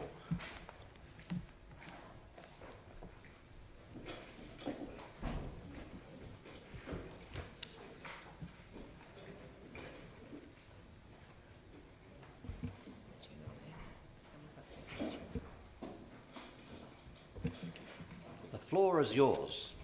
Thank you. Tēnā koutou pukenga mā, nā mihi ki te mana whenua ko Kaitahu, ko Rachel Tera, ko Jamie, ko Rachel Tēnei, ko Jamie Tera, no Startup Dunedin mātou, I hara ahau I te tangata mōhio ki te kōrero te reo Māori, e tika ana ki a mihi atu ki hi mihi mai, no reira, tēnā tātou katoa. Kia ora everybody, thank you very much for having us along today. I just wanted to sort of start with what a stellar first half of the year it's been for Dunedin in the startup world, with international recognition for things like Timely and Education Perfect. We also had Dunedin feature in a feature film called Outside the Valley, and where Dunedin was one of 4 locations outside of Silicon Valley to be watching, which featured 3 of our startups. Our tertiary program continues to have Ōtepoti Dunedin as a very compelling destination for our students. It goes from strength to strength. With Audacious, we've had 90 students through this year. We start with a brand new cohort tomorrow, and they're looking at solving everything from sustainability and food waste to how we might have a citywide worm farm, to how can we teach te reo through gaming, to brand new fashion labels. We've got a baked potato store that's just open, and we've got Cheeky Iced Tea in 100 stores. They're third-year students, still full-time studying, and doing an incredible job. Dunedin's had a real focus nationally for investment. We've been on the road for Blackbird and Icehouse. We've had Mainland Angels hire a new investment manager. And I guess that kind of brings us to the key areas we've focused for Startup Dunedin. And there's 2 I'd like to speak to today. The first one is scaling to meet the demand, because we are seeing a lot of it. And the second thing is looking at inclusivity of our ecosystem. So with scaling to meet the demand, we've been pretty open. We've worked pretty hard to break down what entrepreneurship means. There's the joke that it's a really hard word to spell, particularly in regional New Zealand. A lot of people don't self-identify as an entrepreneur or startup. They're tinkerers. They've built something in their shed. They're solving a problem in their community. And so you've got a little bit of a challenge of providing support for people that don't self-identify in the words you use on your website. And so I think that one of the things I'd like to touch on is our incubator. So this is for our high growth, high scale. These are the people that are going to be hiring and exporting overseas. And it was originally called the Challenger Series. The first year we ran it, we had about 80 applications, but that went from everything from I've had a brand new idea in the shower, please give me lots of money, to startups that were really working. And so we took 3 through that program. They had 4 months of really intense support.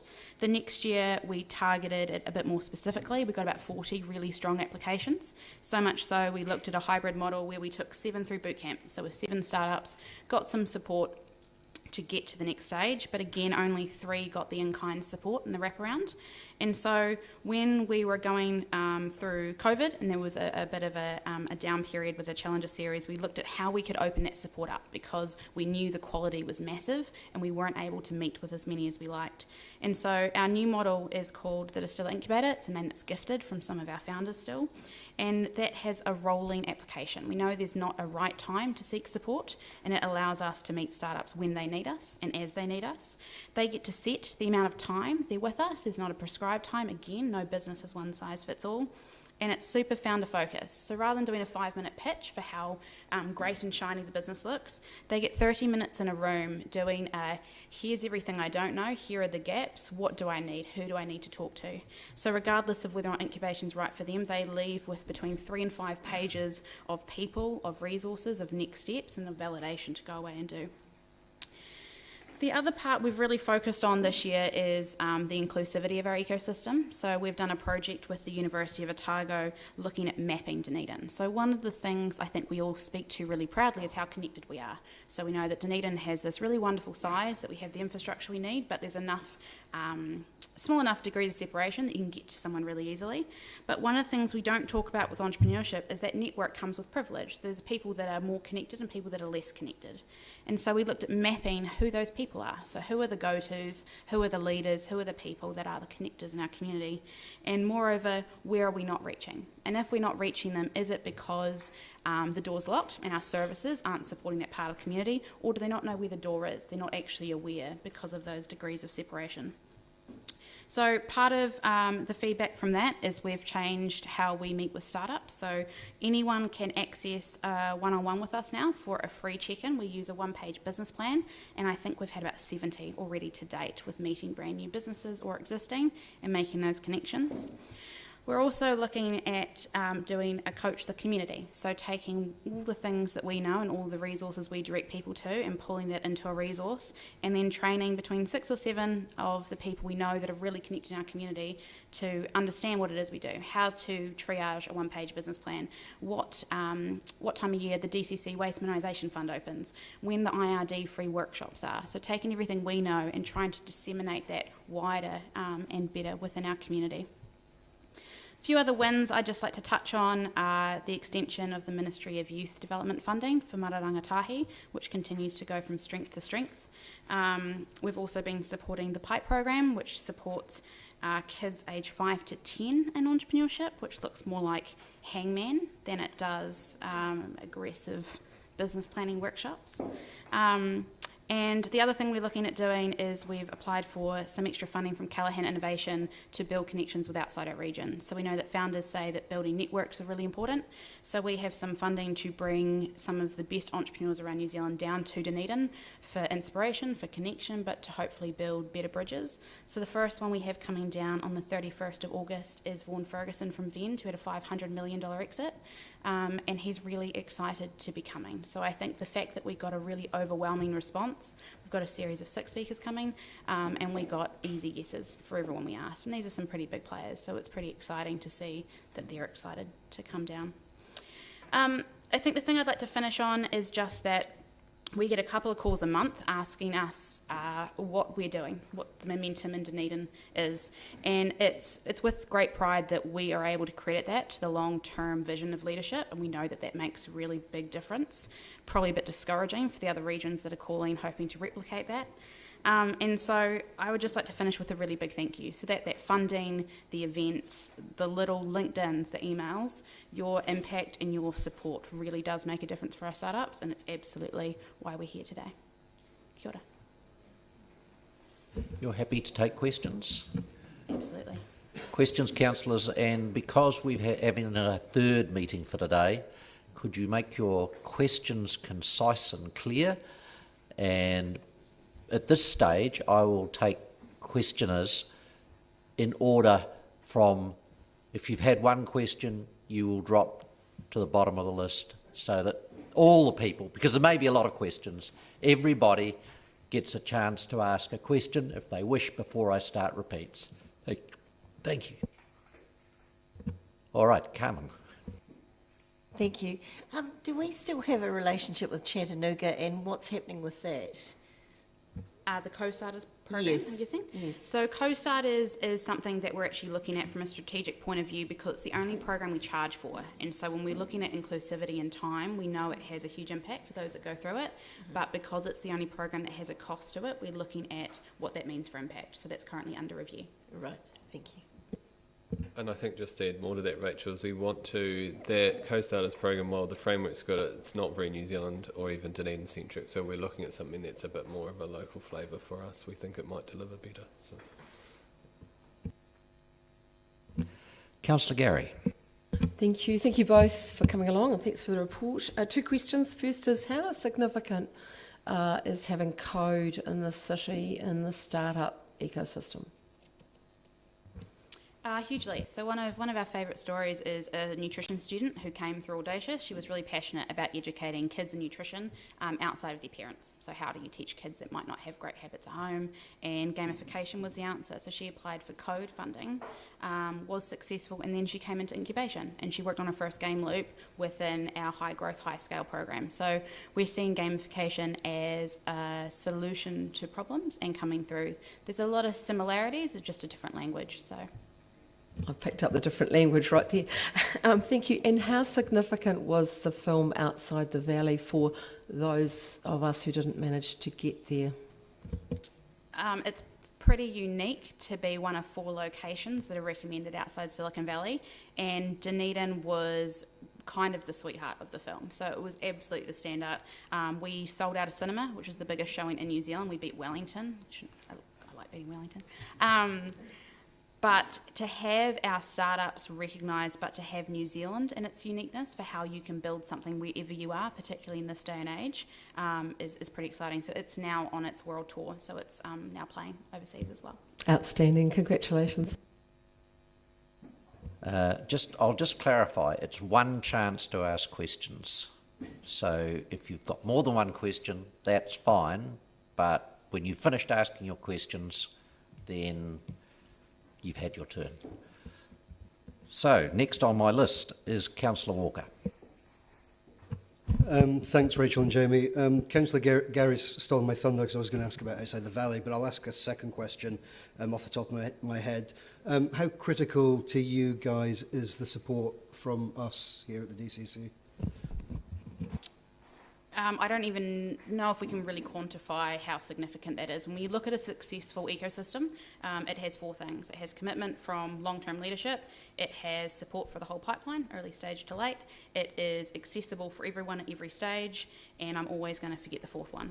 But if you look around New Zealand, I think that is one of our key points of difference, is backing things like Audacious and Startup Dunedin, knowing it's a long-term game. Startups are not overnight successes, and even failures in startups, that person goes back more productive with an open mind into our workforce anyway. So I think, I'll see if I remember the 4th, but yeah, massively. We're very grateful. Councillor Elder. I had one shot with 2 questions. So what are our people who come into Dunedin and look at our startup ecosystem, what are they saying to you? What are they feeding back to you? I wish I could have recorded this conversation, but one of our startups in incubation has moved back from the UK. He has significant attention from investors, words like billion-dollar company and the next big deal, and he will say hand on heart he could not have built it if he was not in Dunedin.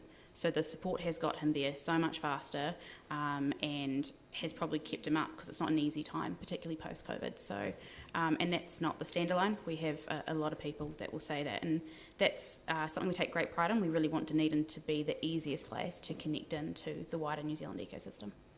That's very exciting. The next question is, Startup's been around for a number of years now with the support of Council and Grow Dunedin Partnership. Is there a growing excitement among tertiary students about starting up in Dunedin? Yes, absolutely. I think we see that in the numbers that we get through Audacious, but also in choosing Dunedin as a location. So there aren't that many institutions now that still have an action-based student-led program like Audacious. And so when they're looking at where they choose to study, Dunedin has a standout point of difference, which is pretty cool. We like. Oh, that's very exciting as well. Thank you. Councillor Raddick. Yes, you mentioned the DCC Waste Minimisation Fund, but there's also a government fund. Do you have any emphasis or incentives for people to come up with waste minimisation startups? So Audacious is, we have a prize called Best Positive Impact to try and acknowledge that considering impact and doing no harm is just as important as anything else they're considering. Pre-COVID we trialled Waste Jam, which was doing just that and pulling people out of the community, and also at Startup Weekend, so there is that space about sustainability. The SDGs are always something we talk about in our programs, and we work closely with your waste team to look at other ways we might elaborate on Waste Jam as well. Great. And following on from that, also carbon zero. Do you have similarly incentives or emphasis on that? No specific incentives on that one. Thank you. Councillor Lafiso. Tēnā koe, Mr Chair, tēnā kōrua. Thank you very much for your mahi.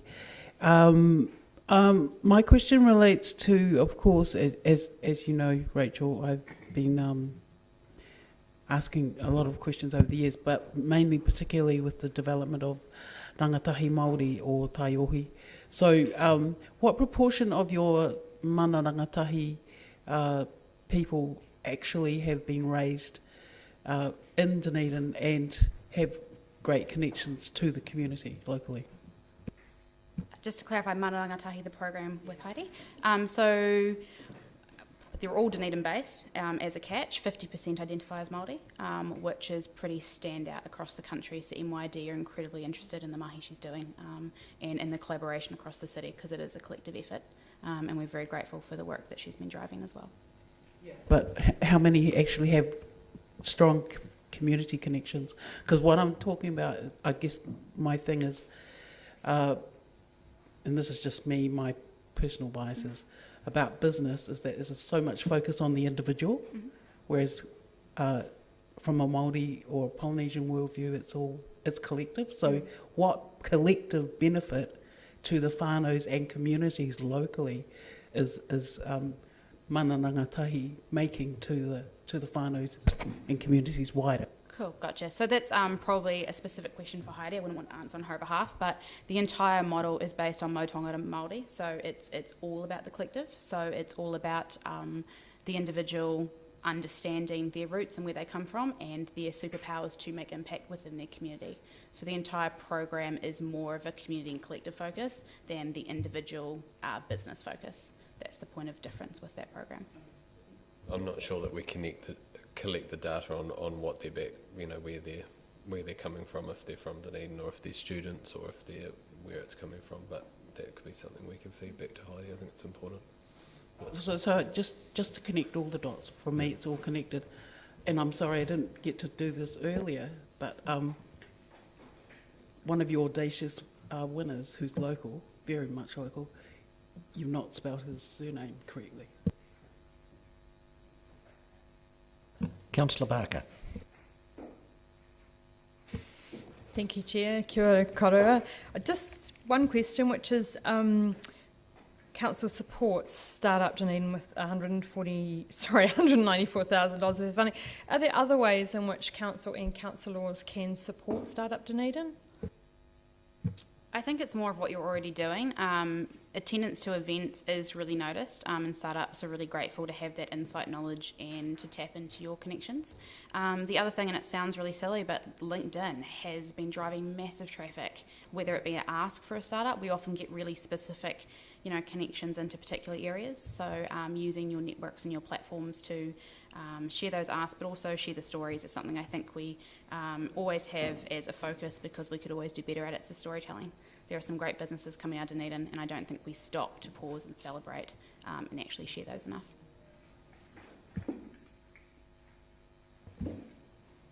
Any other councillors who have questions? I will grant Councillor Houlihan an opportunity, seeing I hadn't made the rules as clear as I should have done. Thank you. I was a bit concerned that there might have been a gap for the startup community when Innovate stopped and Heidi changed to her other location. But are you noticing anything with that? Or? Probably a question for Petri Dish and Regis. I know they're both at pretty full capacity, yes. So that's definitely something. Another concern we hear is office spaces once you outgrow them. So just the share space once you outgrow something like Petri Dish or Regis, where to go next? Yes, that's true. Yeah. Yeah. I'm really pleased to see that a bachelor degree in entrepreneurship is going to be happening.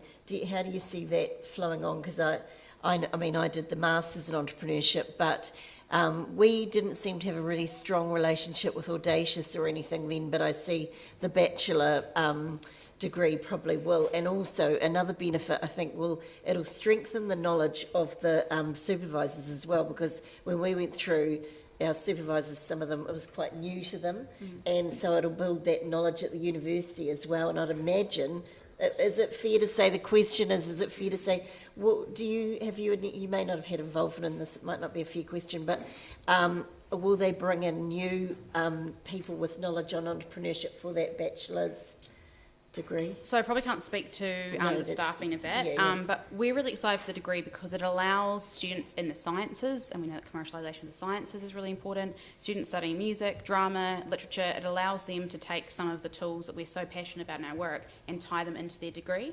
The other thing that seems to be different at the Bachelor is that community tie. So they're encouraging students to participate in either Audacious, Kanaki, which is appearing up into a Māori startup, and I think there's a third one as well. And so one of the papers is a very practical completion. I have an info sheet on that if anyone's interested, so please don't quote me on the universities. But I'll consider it if you're interested. I just have to finish off a question, and I'll just put some rules in first.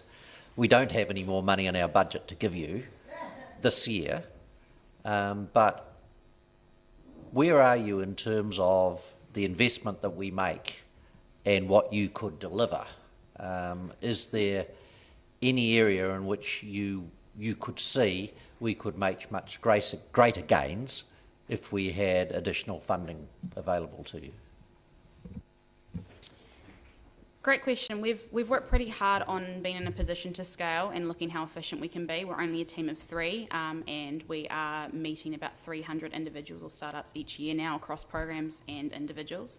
When it comes to more funding, I think it comes back to that inclusivity, the looking at rising tide lifts all boats. There are areas in the community that I think it would be amazing to have connections into and to do pop-up opportunities in different places, us to go to them, but that's just something that becomes quite hard to do with our resources stretched as they are. So absolutely, there'd always be more. I think it would be about breaking down where we are and what we do, and you could always do more in the tertiary sector as well, for sure. Do you have any more data that one? I guess just further to Rachel's thing, I think probably what we'll see is that we'll become a victim of our own success. I mean, the number of people coming through the doors keeps Rachel's team pretty busy, and they get a lot of emails, a lot of messages, a lot of follow-ups. So I think that's probably where we'll... It's something we're having to start to kind of prioritise is national versus local. So we're often asked to be on focus groups for looking at new youth framework for entrepreneurship and similar things. But when you're delivering locally, how much do you support what's happening nationally versus here? And so working out what we have to say no to is becoming, a lot trickier.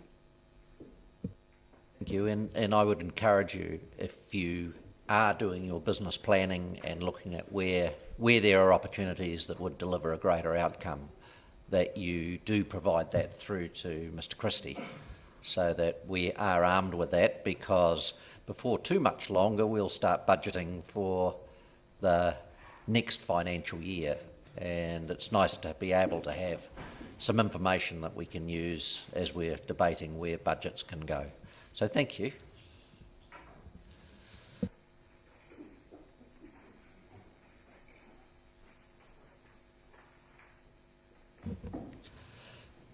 Moving on to the meeting proper, we have no apologies.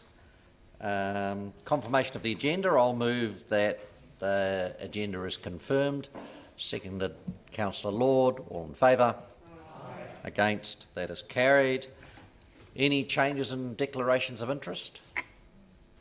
In that case, we will assume that what we adopted in the previous 2 meetings still remains the same.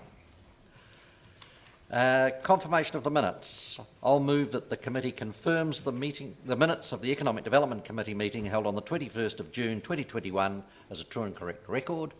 Seconded, Councillor Lord. Any discussion? In that case, I'll put it. All in favour? Against? That is carried.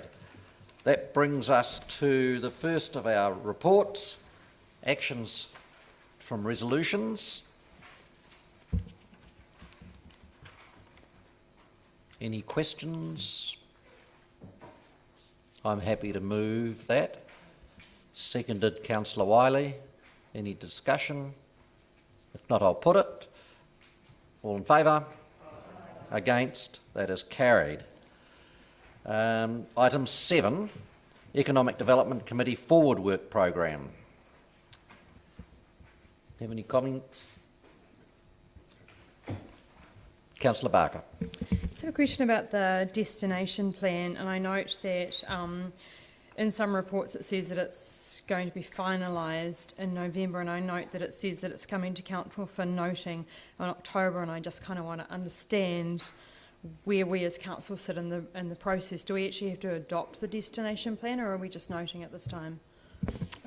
The report that's proposed as a noting report will be an update report, but at some point we would expect that council will adopt the new destination plan.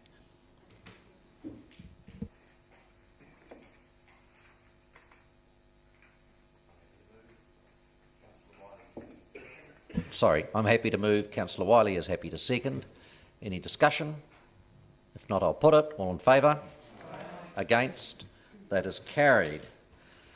That brings us to the Startup Dunedin Trust update.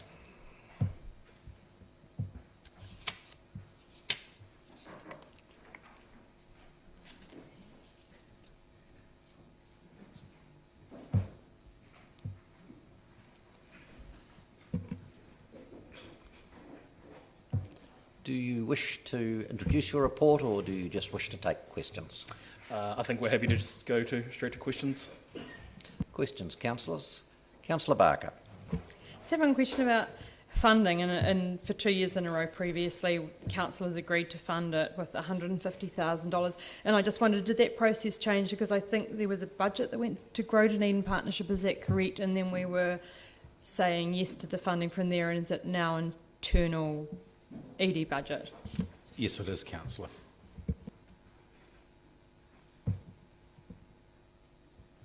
No other questions? Councillor O'Malley.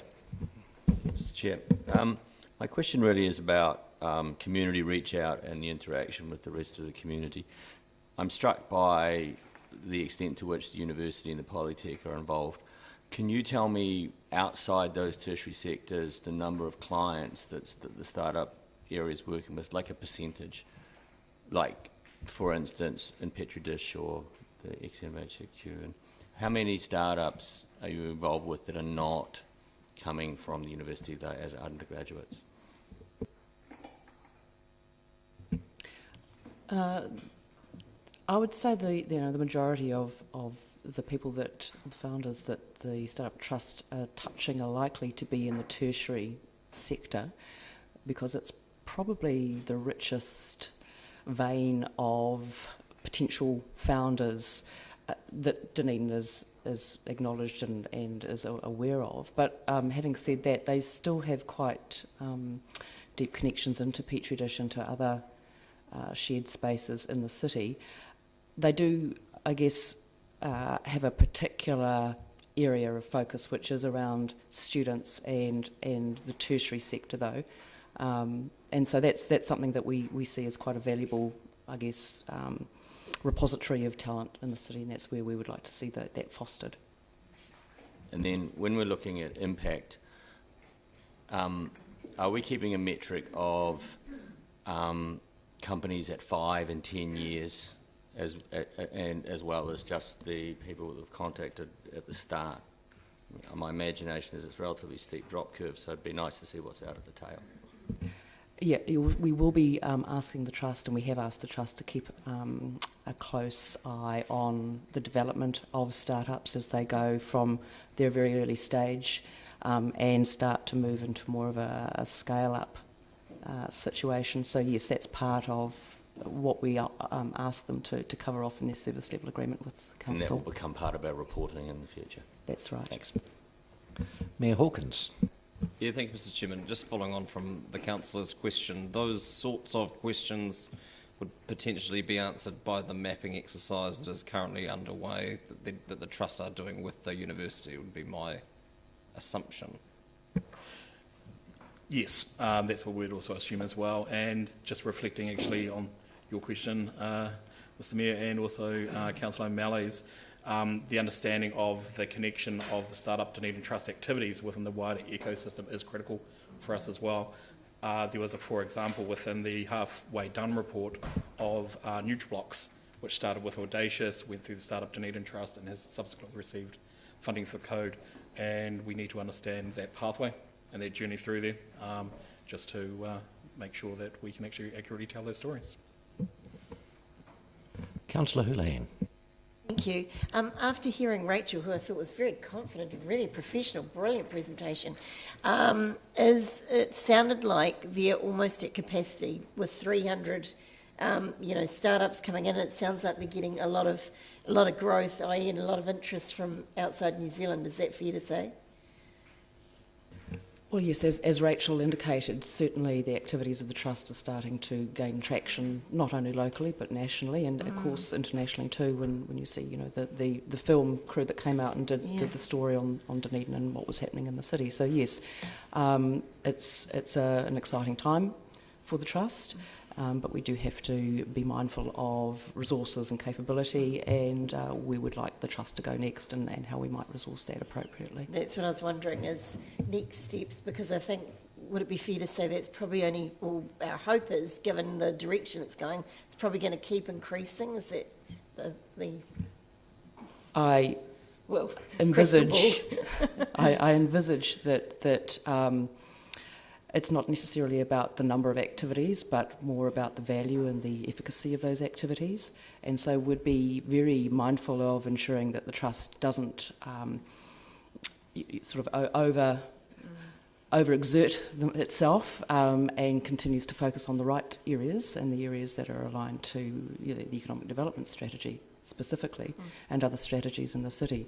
And just on Mr. Liggett's point too, I think as some of these other activities that we're starting to build on within our own work stream starts to really sort of build traction, certainly we're going to need to understand those wider stories and how each of the various players are interacting and intersecting along the way, and understanding what that actually means. And so that will take resources and communication. Yes, because branching off now with some of the startups tapping into code, I mean, that could create a huge, if this, I've actually seen that project that they did at... Councillor Houlihan, have you got so a my question? is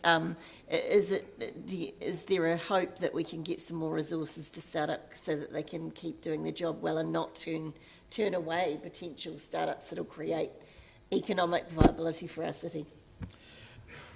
We keep a track of where Startup Dunedin is at on a regular basis. So we meet probably every 6 to 8 weeks with Wade Pearson, with Rachel, and with Jamie now as well.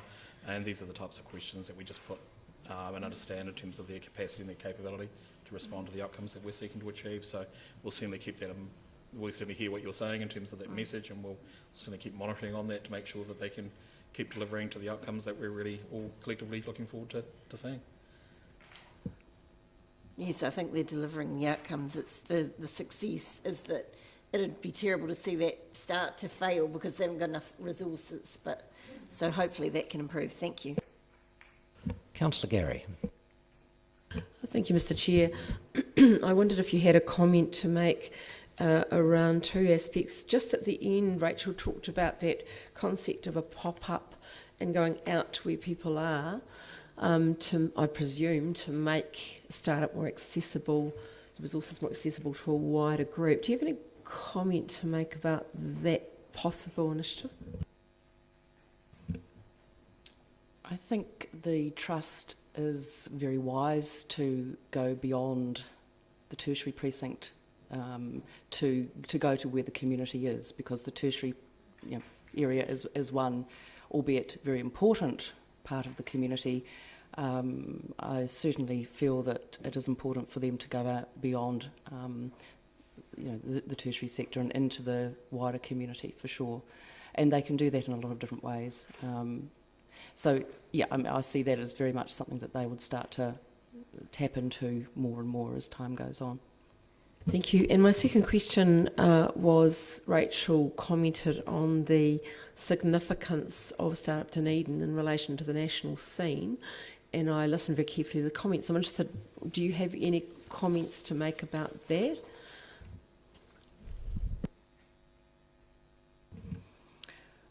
Well, we're very We're very proud of what Rachel and the team are doing, and it is very heartening after a long period of working away sort of in the background with this program of work to start to see that people are looking in and making comments. I mean, it is nice to get the external validation, and I think that they should be very pleased with what they're doing. So it's important, I think, for us to understand that Dunedin isn't an isolated ecosystem on its own. It's connected nationally and internationally, and so yes, it stands to reason that as it becomes more successful and starts to create its own stories, that there will be interest from outside the community, and that's to be encouraged. Thank you. Councillor Houlihan. Thank you. On that, because I know Rachel made a comment earlier about how nationally we're comparing quite well to places like Wellington and that. Do you think Dunedin is starting to be seen as a bit of an innovative hub? And a place where, you know, entrepreneurs and startups want to come? Look, the short answer, I believe, is yes. Yes.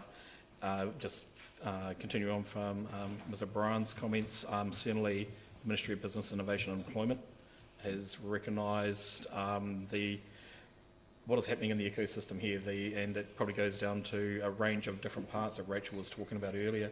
Everybody knowing their role and everybody coming together in a space and a place to actually bring together some exciting, or to help enable some really exciting sort of SMEs and startups come through. So yeah, we are being well recognised, and it's good to see, and we do have something special here. Do you think what makes us special is, would you say some of those, well, there's a whole lot, I suppose, but can you, I mean, I can think of a couple, like Petri Dish, Innovate, those, because they seem to be quite a bit of an incubation there. Is that, are you crediting some of that, and some other things that you think make us quite special? I think it's, as the Trust has reflected, I mean, there are some key elements which contribute to ensuring that a startup ecosystem has a chance of success. You know, the fact that it is founder-led, no one owns it, the founders are driving this, the founders are the key, really, to the success of this. It's the people who make this ecosystem work. The leadership, the long-term leadership, the sustained leadership that has been exhibited by the City Council and other significant economic drivers in the city, the university, the Polytechnic, but other players as well. People have committed to this, they see the value of it. The fact that it has a sense that there is inclusivity, that is something that we must continue to drive and build, that's something that the ecosystem must remain to be inclusive, and the fact that a founder can, at any point in time in their entrepreneurial journey or at any stage of their evolution, can participate at any level in the ecosystem. Do you think, are we seeing a lot of collaboration here in Dunedin where you've got startups who are working together to achieve their goals? Is there quite a bit of that? I think one of the great features of Dunedin, and probably not only in Dunedin, of course, in other parts of the country and around the world too, is that there are those who get to a certain point in their evolution and they want to give back. Mm-hmm. And we see this time and time again with people who are coming to mentor newcomers, people who are offering advice, time, energy and investment. And that's a really important part of what we can, you know, we're observing now in Dunedin.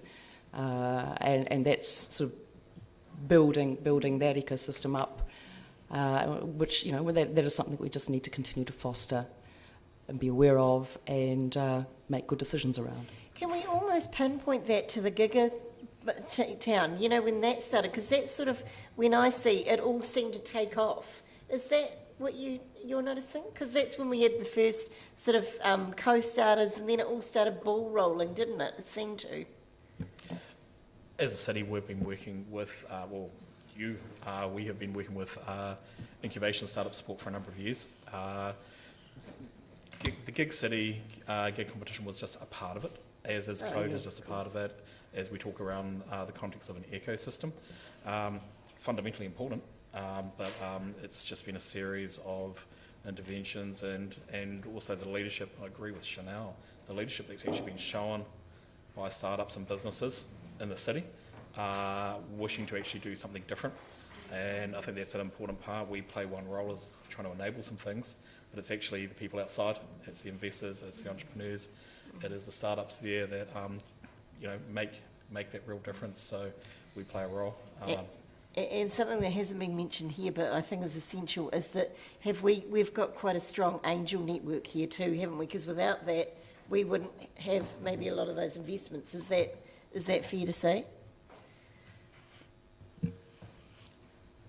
Well, investment is important, and it's important that founders can feel that they can access advice and potentially also investment, and it really depends on where that founder is in their process as to how they wish to engage with investors and what kind of relationship they wish to develop with investors. And fortunately, we have a sort of there are more options perhaps than there were in the past. Mayor Hawkins. Thank you. A question for Mr. Christie, perhaps. The update from the staff of the Startup Dunedin Trust has been helpful, and the public forum presentation was useful. I'm just trying to, but we fund all sorts of organisations and events that do interesting things. I'm just interested in why this is coming to our committee for discussion. Our staff can't really answer questions on behalf of the trust. Where does that fit?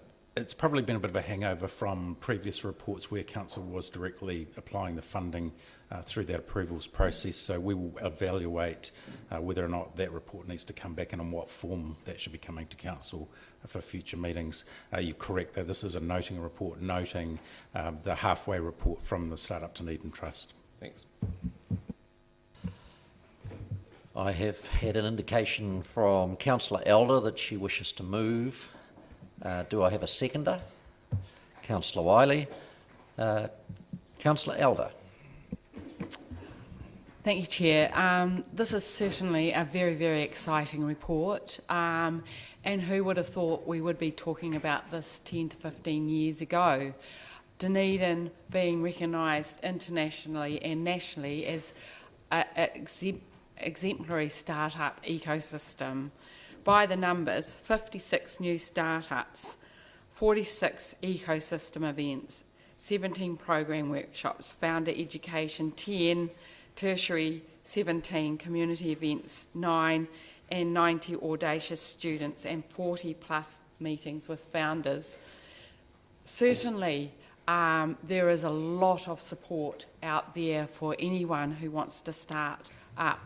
And it's really pleasing to hear that actually students are choosing to come to Dunedin because they recognise our startup ecosystem will support them with new ideas. It's really exciting to see that Outside the Valley chose Dunedin to report on the exciting ecosystem here. And it's really supported initially from the Startup Trust and our investment in the leadership around the startup ecosystem. And when we think about return on investment, I would say that this was a very high return on our investment into the startup ecosystem. The Uni and Polytech are fully behind it, and we've got places like the Distiller, where people with ideas can hang out and get support and not have to pay rent. We've got Petri Dish, Regis, who are shared office spaces where lots of people with lots of ideas can actually pay lesser rent than in, say, a bigger office because they have a smaller footprint at the start.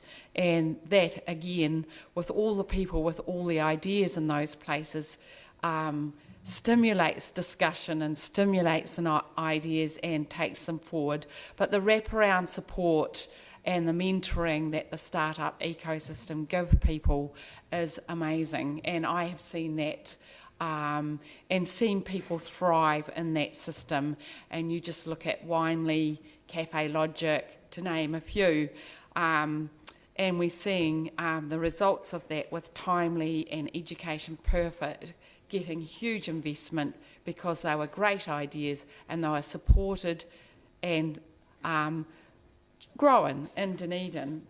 And so I just want to say thank you for the report, because in fact it tells us a story that is very exciting and dynamic and is growing.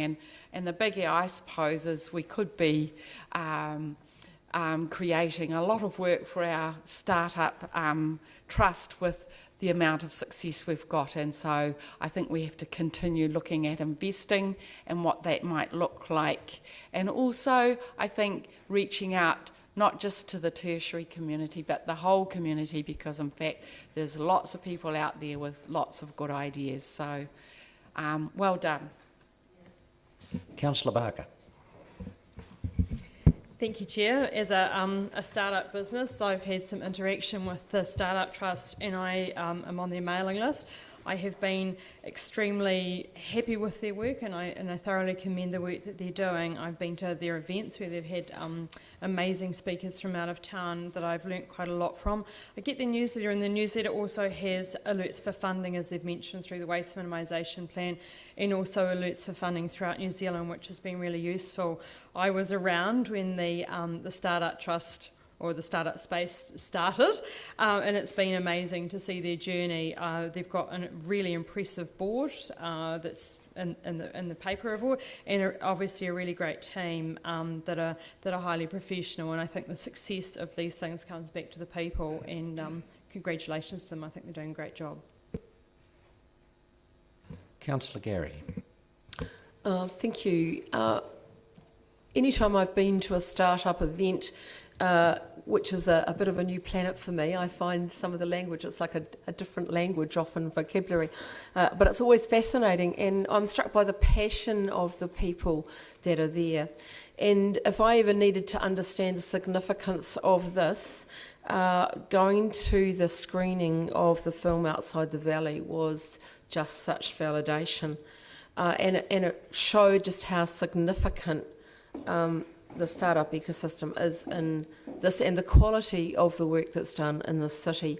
I was really excited to see in the report and hear about the entrepreneurship program or workshops for the younger folk, because of course Potiki Poi has been given national exposure, in fact, on television and so forth, and that's a young person. So that to me was really exciting, to give those skills to young people, and also struck by the connection with Code, which is a very significant program in our city. But it strikes me that it's never been more important for innovation in terms of the world we live in these uncertain times. So I want to add my congratulations, particularly to Ms O'Brien and the leadership of Mr Liggett, and within the economic development section of our council under Mr Christie's leadership. I want to note the work that you have done, Ms O'Brien. It's extraordinary, and I know that you give a great deal of support to this particular organisation. It has been a real pleasure to see it thrive over the years. Councillors, we've had 3 speakers for. Are there any speakers against? If not, Councillor Elder, your right of reply. Under Standing Order 20.6, it's a closure motion, and it is something that the Chair can do. So, yes, there is. It reads. We probably get the right words, but effectively it says the chairperson may, if there's been 3 speakers consecutively in support or opposition, the chair may or may call for a speaker to the contrary. If there's none, the chair must put the motion after the mover's right of reply. Thanks for clarification, but no, I think the exemplary work of the Startup Dunedin Trust has been applauded, and so I don't need to say any more. Councillors, I'll put it. All in favour? Against? That's carried. That brings us on to job done. We can welcome back Ms O'Brien and Mr Liggett.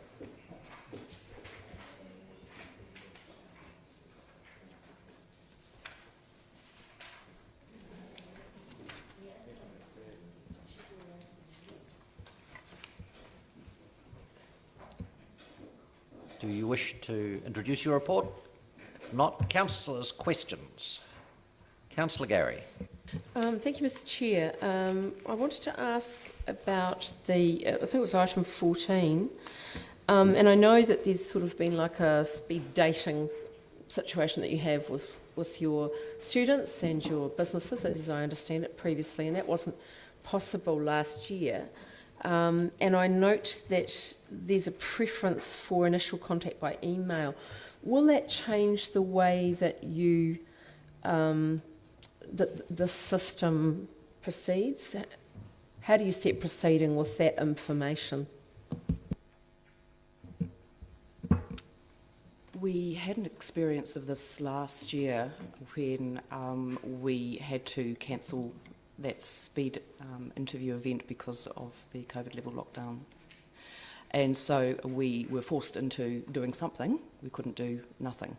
And so we went ahead with the program, but based on the fact that we had to have businesses engage with students in a different way, e.g. digitally. That actually seemed to be reasonably effective. The number of interns that came into the program and the number of businesses wasn't, radically reduced in any way. So at this point in time, given that we're still living in a COVID situation, we didn't really want to run the risk of having another cancellation, and we wanted to be able to prepare in the event of a lockdown if need be. We want the program to continue. And so as the main premise of the program is around business need, we surveyed 65 businesses who'd been involved in the program over the last couple of years to determine what their appetite was for engaging with students and how they wished to go about doing that. And they came back and indicated that they would like to try it again through digital platforms, which then means that we can proceed irrespective of what happens. Thank you. Councillor Walker. Thank you, Mr. Chair, and thanks for the report.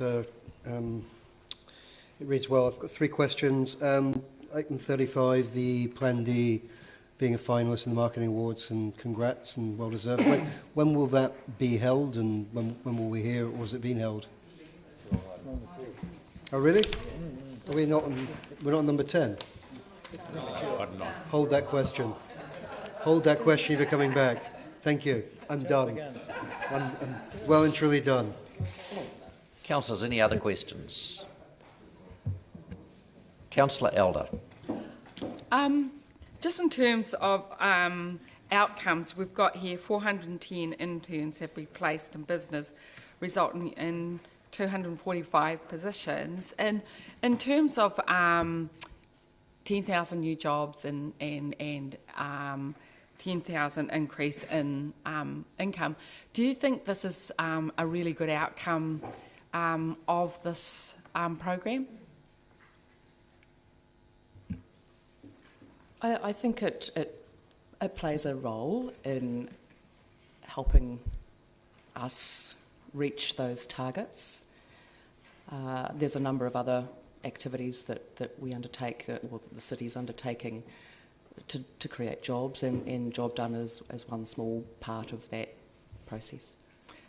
So what is the feedback just related to that for the tertiary sector and the placement in this area, and growing more, because we wanted to grow the number of people who stayed in Dunedin rather than moving out of Dunedin for jobs?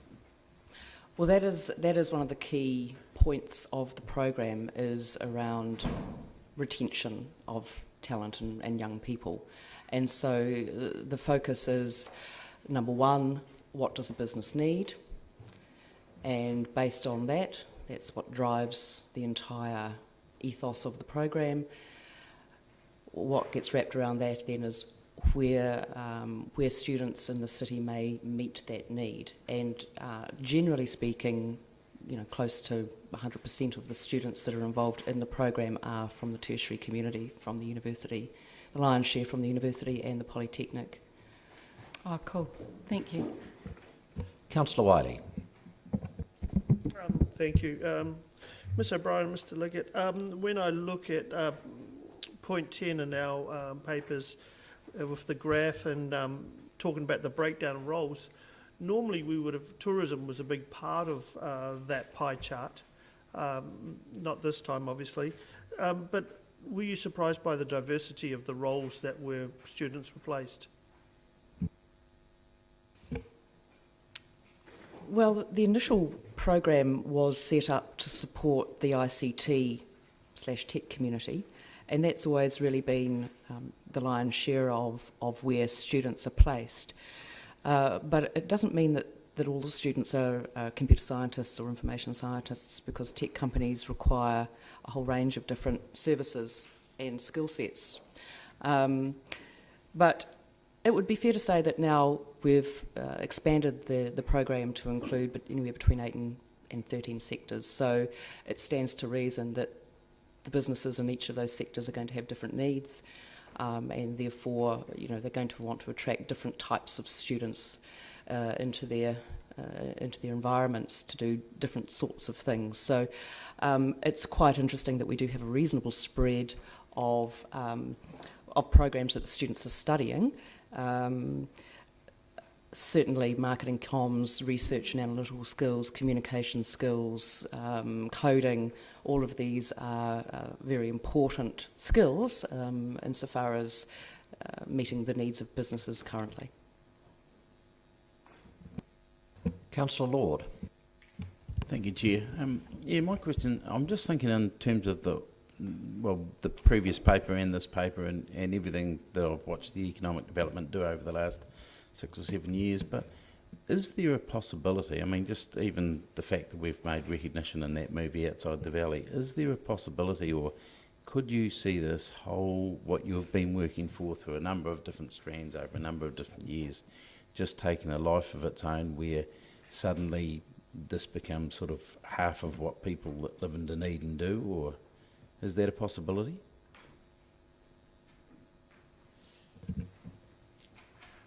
I think it would be a very... Why not? There's no reason why many more people can't look at entrepreneurship, look at creating their own businesses, going, work within the startup ecosystem if they choose. I think the key is that we have to continue to remain open to those possibilities, to keep it founder-led, to keep building on what we're currently doing, remain, with a key eye on how we lead in this space and make good decisions around making Dunedin as livable and inclusive and accepting a city as possible for anyone to start up, and for people to want to stay here, to retain the people that are here and to attract those that wish to see what the city is doing. Councillor Raddick. Yes, thank you for the report. I can't help but feel that the numbers don't tell much of the story here, because a great many of these interns will be just working for a relatively short time with companies and then move on and go away to other places, taking that experience with them. But yet I can't help, but based on my observation, that I can't help but feel that the influence on both parties will be very strong, so that working with innovative, interesting Dunedin companies will be very influential on those graduates and vice versa. So it's fresh ideas injected into those companies. So my question is, do you have a little anecdote that would more would characterise the influence that this program has had, perhaps in terms of some particular individual?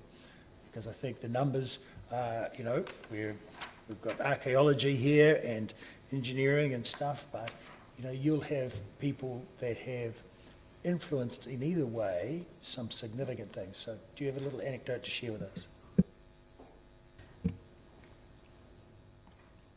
Sometimes the feedback that I receive from interns has been quite astonishing.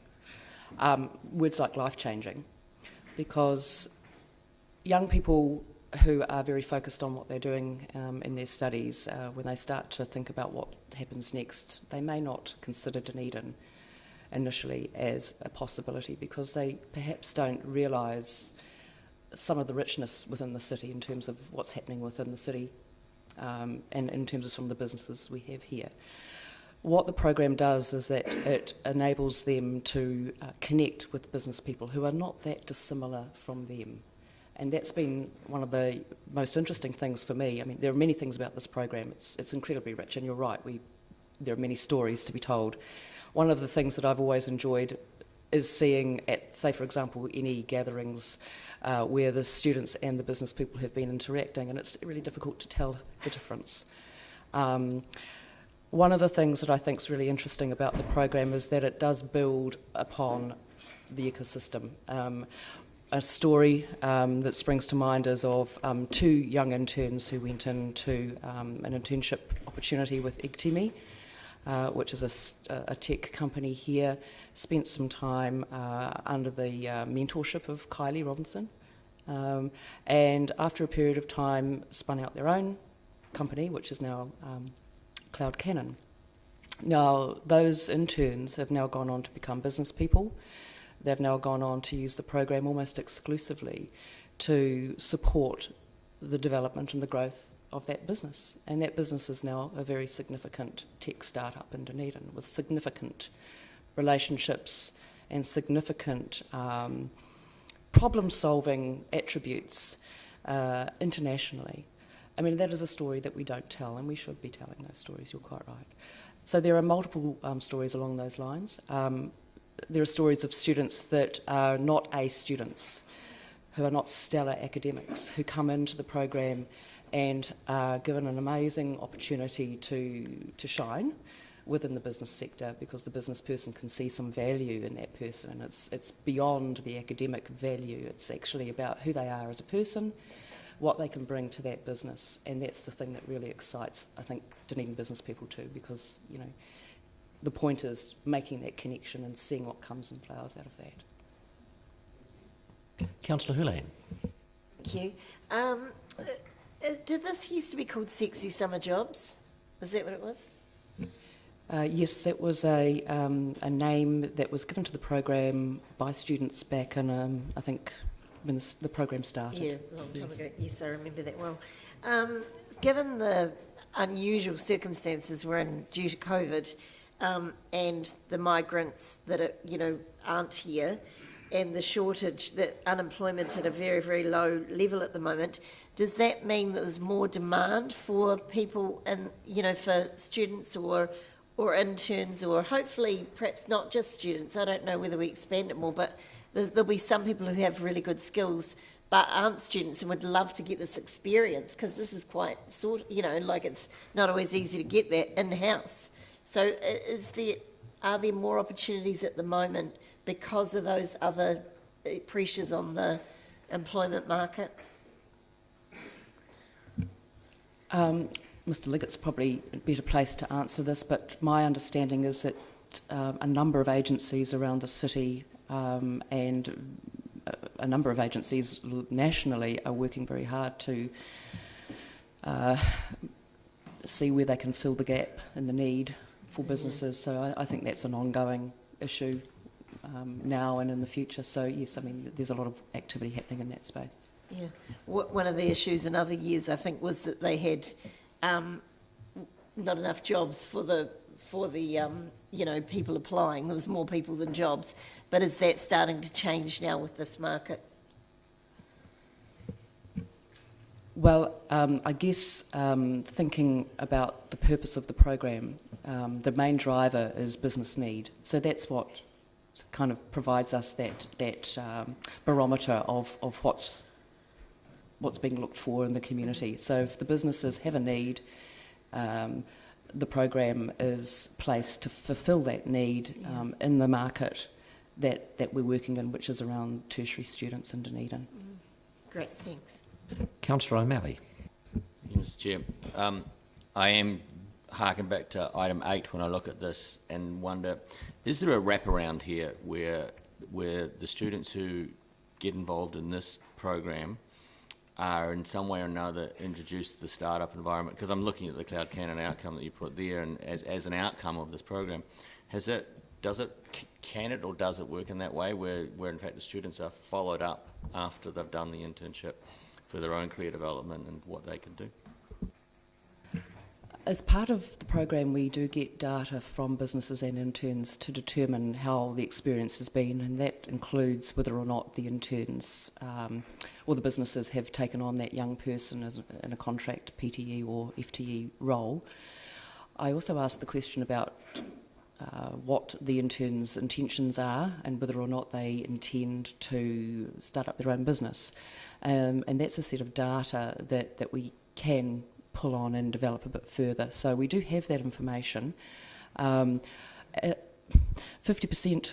or just over 50% of the young people that are involved in the program are in fact already gainfully employed with the businesses that they intern with. So there's a good number that are already doing something or thinking of doing something, and for the others they may well be returning back to tertiary study, and that's quite often the case. Yeah, the numbers support that they get hired because it's sitting in the report. It is the returner ones I'm thinking of, and about creating the ecosystem and shared experience data sets was really where I was going. So do you have a question, or would you think about adding a question saying, would you be interested in being involved in the startup ecosystem? We can certainly add that into the intern report at the end of the season. Yes, that's no problem. Yes. And just in addition to that, I would just go back to, as we were talking about in the previous report, I think what you mentioned as well, Councillor O'Malley, which was regarding the work with the university around mapping that ecosystem and those data sets within there, and to actually see whether or not that's another input within there, because they are kind of all indirectly connected. Councillor Houlihan. Thank you. I'm just wondering, we might not do this, but I just wondered if do we target any of these things for Job Dunedin to women who might have younger kids, or and have skills, but are in a tricky sit. Like, do we do anything around trying to tap into that talent that at the moment is going there's a lot of talent that's not being used there, that there's really talented women who have had to perhaps give up a professional job, but they've got those skills, because of the children, they're at home. And of course it's skillful to bring up children, there's no doubt about that. Councillor Houlihan, I'm sure my question is, the staff members understand the question, so I know, perhaps you would let them answer. I didn't want people to think I'm saying it wasn't a skillful thing. But my question is there anything we do to target those people and their skills in our city? Well, the program, the Job Done program, is focused on what the business need is, and so it's really that's kind of where we've put our foci onto that. So if there were students that meet a need that a business has, and they are mothers, then there's no reason why they wouldn't be part of the Job Done program. So you have to be a student to tap into Job Done? That is the objective, is to look at the student population as probably the most the richer repository of talent in the city, because the purpose of the program is yes, around business need, but it's also around the retention of talent for those people that wouldn't normally be living here, those who are newcomers to the city, who are students who have been here 2, 3, 4 years, and we would like to retain those people in Dunedin if at all possible. Councillor Wiley, you've indicated you wish to move. Do I have a seconder? Thank you, Councillor Elder. Speakers, Councillor Elder. Sorry. Thank you. I just want to thank Ms O'Brien for being a great champion of the Job Done. I also want to thank the 22 businesses that participated in the 2021 year of Job Done. And the key is I want to encourage more businesses to participate in the 21-22 Job Done program. I think, we can see the impact it has on students, but also the impact it has on the business community. And I think this is, again, another part of our economic development program that is going from strength to strength. Councillor Raddick. Yes, I'd like to compliment the team, especially Ms O'Brien, for the presentation, for their patience and for their work, the hard work they've done over the years in this program.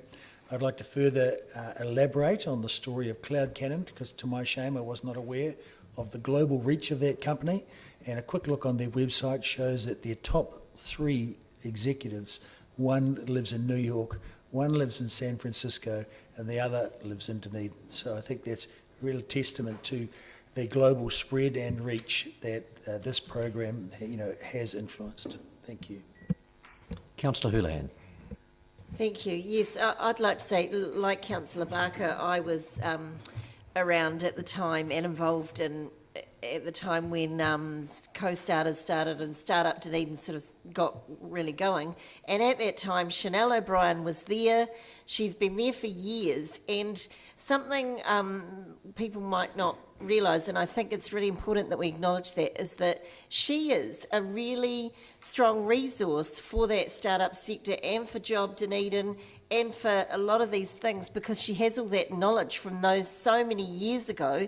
And she has her finger on the pulse with a lot of things. I know if there was questions I had at the time, I asked her and she was always able to answer them. So I think that's what's brilliant about the service that the council offers, is that we have staff who are really well resourced, but Chanel O'Brien particularly is a real asset in that area. So thank you very much for all the work she does, because I know she does a lot behind the scenes. I've known these projects, Job Dunedin, or when it was Sexy Summer Jobs and all these things, for a long time now, and I think they're a great initiative. And I think particularly something that I feel there's a couple of gaps in where I'd love to see us tap into is normal everyday businesses who aren't startups, aren't necessarily innovative, but I think they could benefit from this, from being more innovative. And that's something I'd love to see sort of them tap into, is to maybe getting just your normal businesses that are carrying on in our city to try to tap into thinking more entrepreneurial and more innovative. And that just to be an entrepreneur doesn't mean you have to be a startup. Your business can be turned around and, increase that the success of your business through thinking that way. And I see an opportunity for us to tap into every single business in our city.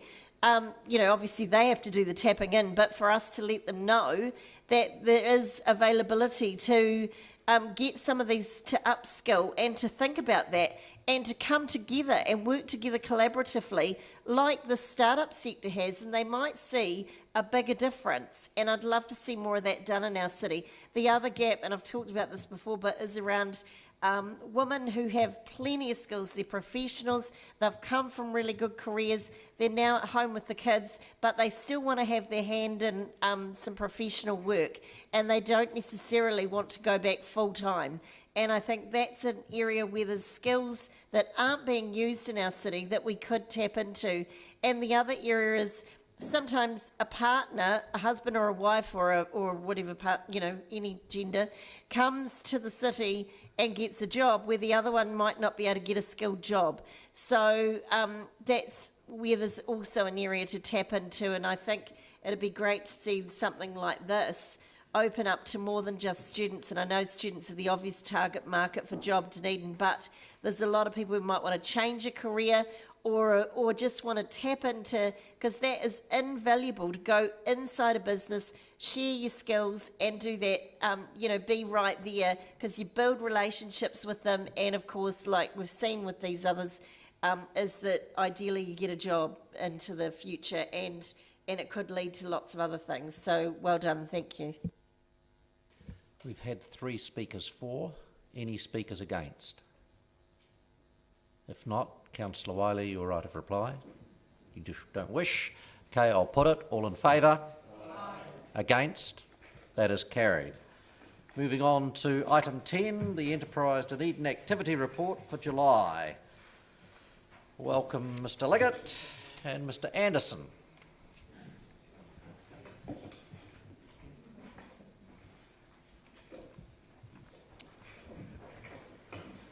Do you wish to introduce the report or just go straight to questions? We're happy to go straight to questions. Councillor Gary. Thank you. What a comprehensive report, and I've got 3 questions. The first one is around film. Can you tell me, we've had a number of recent announcements around film studios, film sets in other part of the country. What impact does that have on any plans we might have here in Dunedin? Certainly there's been a well-publicised project that is happening within Wanaka. We've been having conversations about this and watching it obviously with interest as it develops. The project in Wanaka, the Silverlight project, is certainly large and ambitious, large scale, and would be linking into sort of production houses such as Disney. After speaking with Mr Deaker and others, we believe that this would actually shine a light, should it materialise, obviously within the Otago region, and actually almost have a halo effect in terms of certainly the activities that we would be planning. We're certainly planning with within the Dunedin context. Different sort of scale and different sort of strengths that we'll be looking to develop, but certainly there is a value, and we're highly interested in obviously investment, private sector investment going into the sector as well within the region. Thank you, that's very interesting. And the second question was around the launch today of the Carbon Measurement Incentive Scheme, which I thought was really interesting for the visitor industry.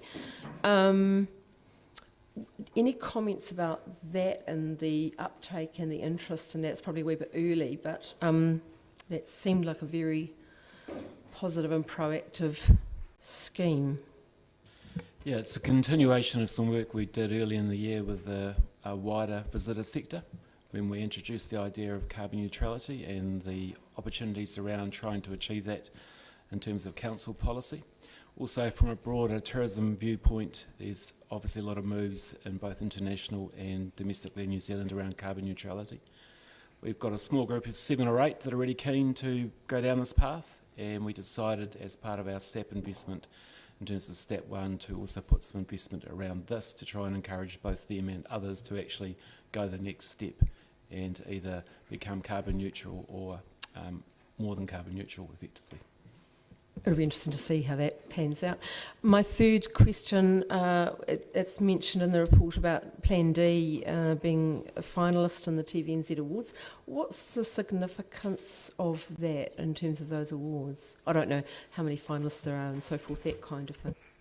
There are a lot of very big brands in the finals. We're up against large corporates, and Otago Polytech is there as well for a campaign they did. I guess it's a recognition of the work the team has done, the wider team, and that's great to see that being recognised at a national level through the New Zealand Marketing Association. Can you just remind me when we'll hear the outcome? September the 2nd is the awards event. Councillor Vandervis.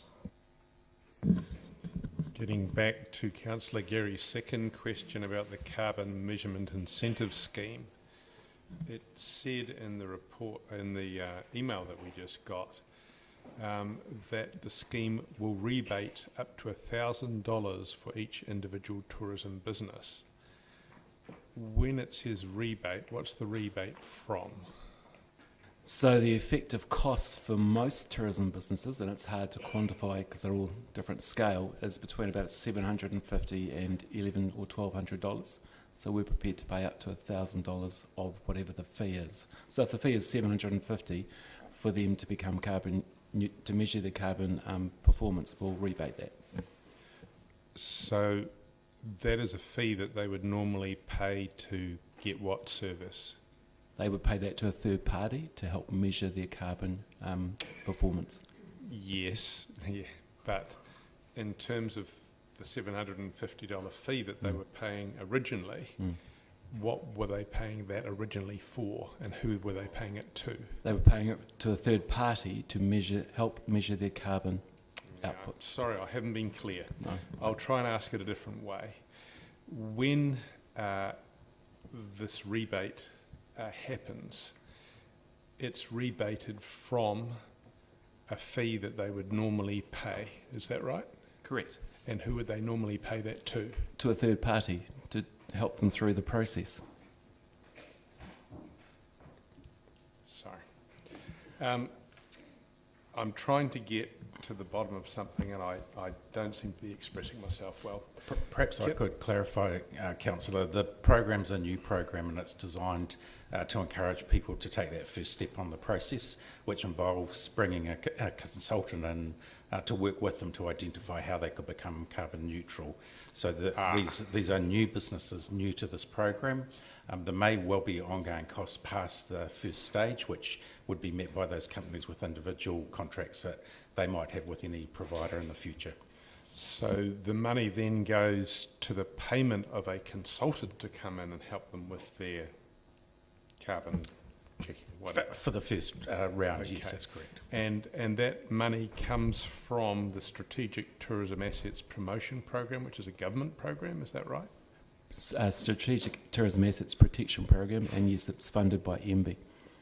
So when you award this $1,000 or whatever it is rebate, you just then apply to the STAP and they give you the money to do that? We already have the money. So they've given you the money to do what exactly? To do the 15 projects that we identified and have reported to Council on over the last year almost. Okay, and when you say they've given you that money, that 15,000 to do the projects, what is that 15,000 conditional on? What are you actually getting it paid? What are they expecting you to spend that money doing? There are 15 projects. The total investment by MB in STAP 1 is $700,000, and that's across 3 categories: destination management, destination marketing, product development and capacity.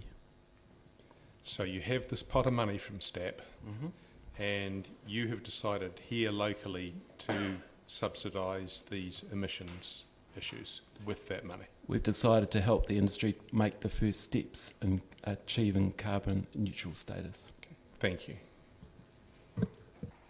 Councillor Raddick. Just for further clarification, to my understanding, or based on what I've heard, is that very first step of $1,000 is just simply to get the consultant to put some measurement in place so that the businesses concerned have a before, and presumably they'll have an after measurement later, but at least they get some measurement in place and figure out how to measure it on an ongoing basis with that $1,000. Yeah, it's a fairly typical process, the third-party assessment scheme, where a third party helps them measure their success and then quantifies that. The next step that we are not involved in is around offsetting, so we are not involved in that part of the process, if indeed a business has to go down that path. Yes, but you have got money to help them with initiatives to actually reduce their... Correct. Yeah, hopefully subsequent some of them programs and- won't even need to offset. Yes, great. And I'm just curious about the Facebook clicks. You've got a great many Instagram impressions on page 65, I notice, and a great deal of 1.8 million Facebook impressions. Is that, how many pages is that over? Is that, and 4,000 clicks. So first question is that on one page or several pages? So that's over all the work we do on Instagrams. That could be many pages. Yes. And when they're clicking, what are they clicking to? So they're clicking on whatever the post is we've done on Instagram, and they'll either be sharing it, liking it, or commenting on it. Great, thank you. Councillor Barker. Oh, I'll come back to you. Barker.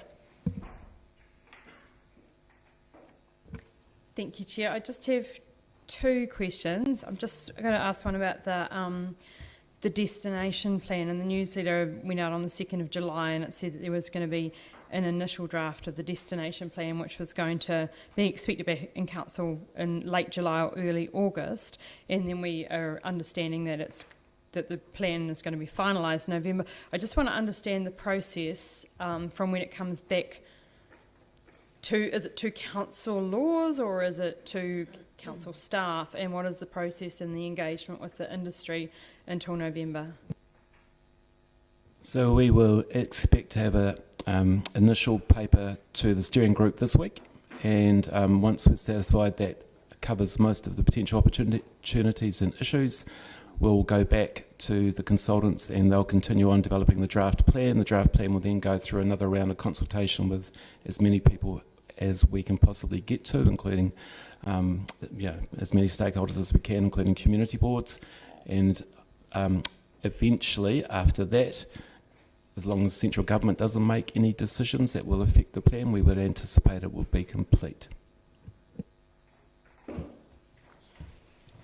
Okay, sorry, I was thinking about the local government review and the number of RTOs, but I'm not going to ask that question. My next question, I can see how this activity report relates to the economic development strategy, but I just wonder how it relates to the destination plan, where there's 6 actions, 37 activities and 45 measures in here.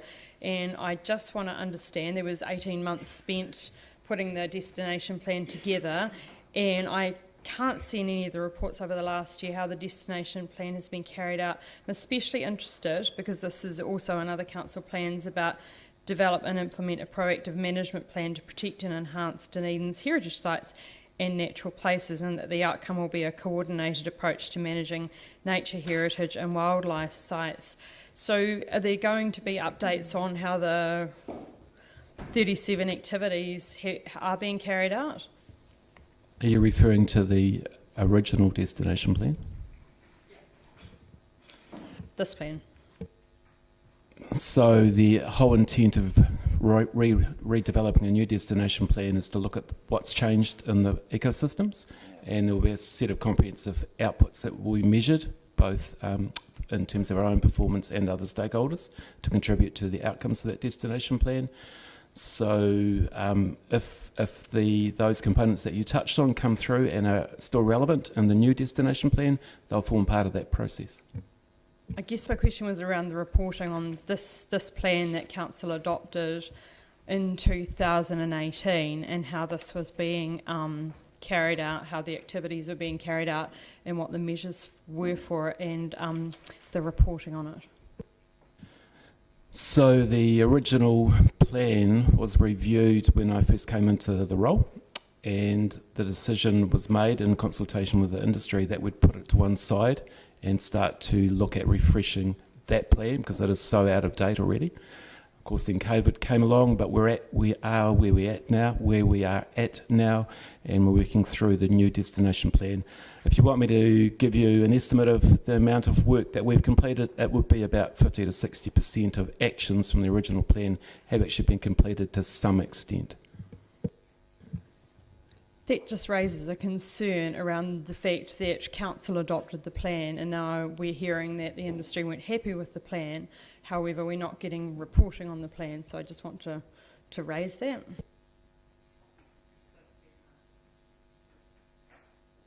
Councillor Houlihan. Thank you. Great initiative with the carbon zero and working with the tourism businesses. Can I ask for that next step? So once they've had the audit and know whether, I assume that assesses where they're at now, and then does it give them I assume also it gives them a plan to help them walk through that to achieve that zero carbon goal. Is there any follow-up from council or from the consultant to just touch base to, because this is, I haven't been very good on my analogies up till recent time, but probably today's not going to be a good one either. But say if you go on a weight loss plan, and then you go to if you don't go to the weigh-in each week, you don't know how much you've lost. And so it's a good indicator of whether you're doing it successfully or not. So with this, what I'm meaning is, are you able to weigh them in? Well, sorry, excuse me, but obviously not weigh them in. But, is there any way you're able to go and say, right, how have you gone? Let's show us your success, because otherwise people might do it and then that's the end of it. You know what I mean? Sure. So obviously it's the early days, but we're looking at the long term and longevity of this program, and it's very likely that at a national level there'll be some other initiatives from central government around this. And it might be, for example, and I don't know this, but it's an example that Tourism New Zealand, if you're going to be marketing offshore as a tourism business, you may be required to show that you are carbon neutral. Yes, but to get to that stage takes a lot of work, and like any Weight Watcher will tell you, if they're not regularly What's weighing your in, question, so Councillor the question Houlihan? is there any way we can get something that comes in, you know, in between those, that from the audit to the end process, that says, even a phone call, how are you going? Do you need any help with what you're doing? You know what I mean? Yeah, so like anything we do, we'd be continually reporting and reviewing what that initiative, how it's gone, and we'd be benchmarking with these people into the future. Thank you. Just another question around that, because I think it's great that we're targeting tourism operators because they have been hit, obviously, by COVID, but every other business in our city as well will, for us as a city to meet our zero carbon commitments, it'd be great if other businesses took this up as well. Is there any planning to look at other businesses with this as well?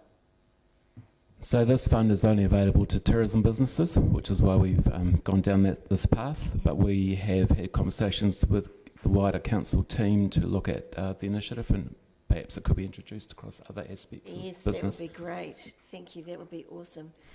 Could I ask a question probably to Mr. Leggett around code?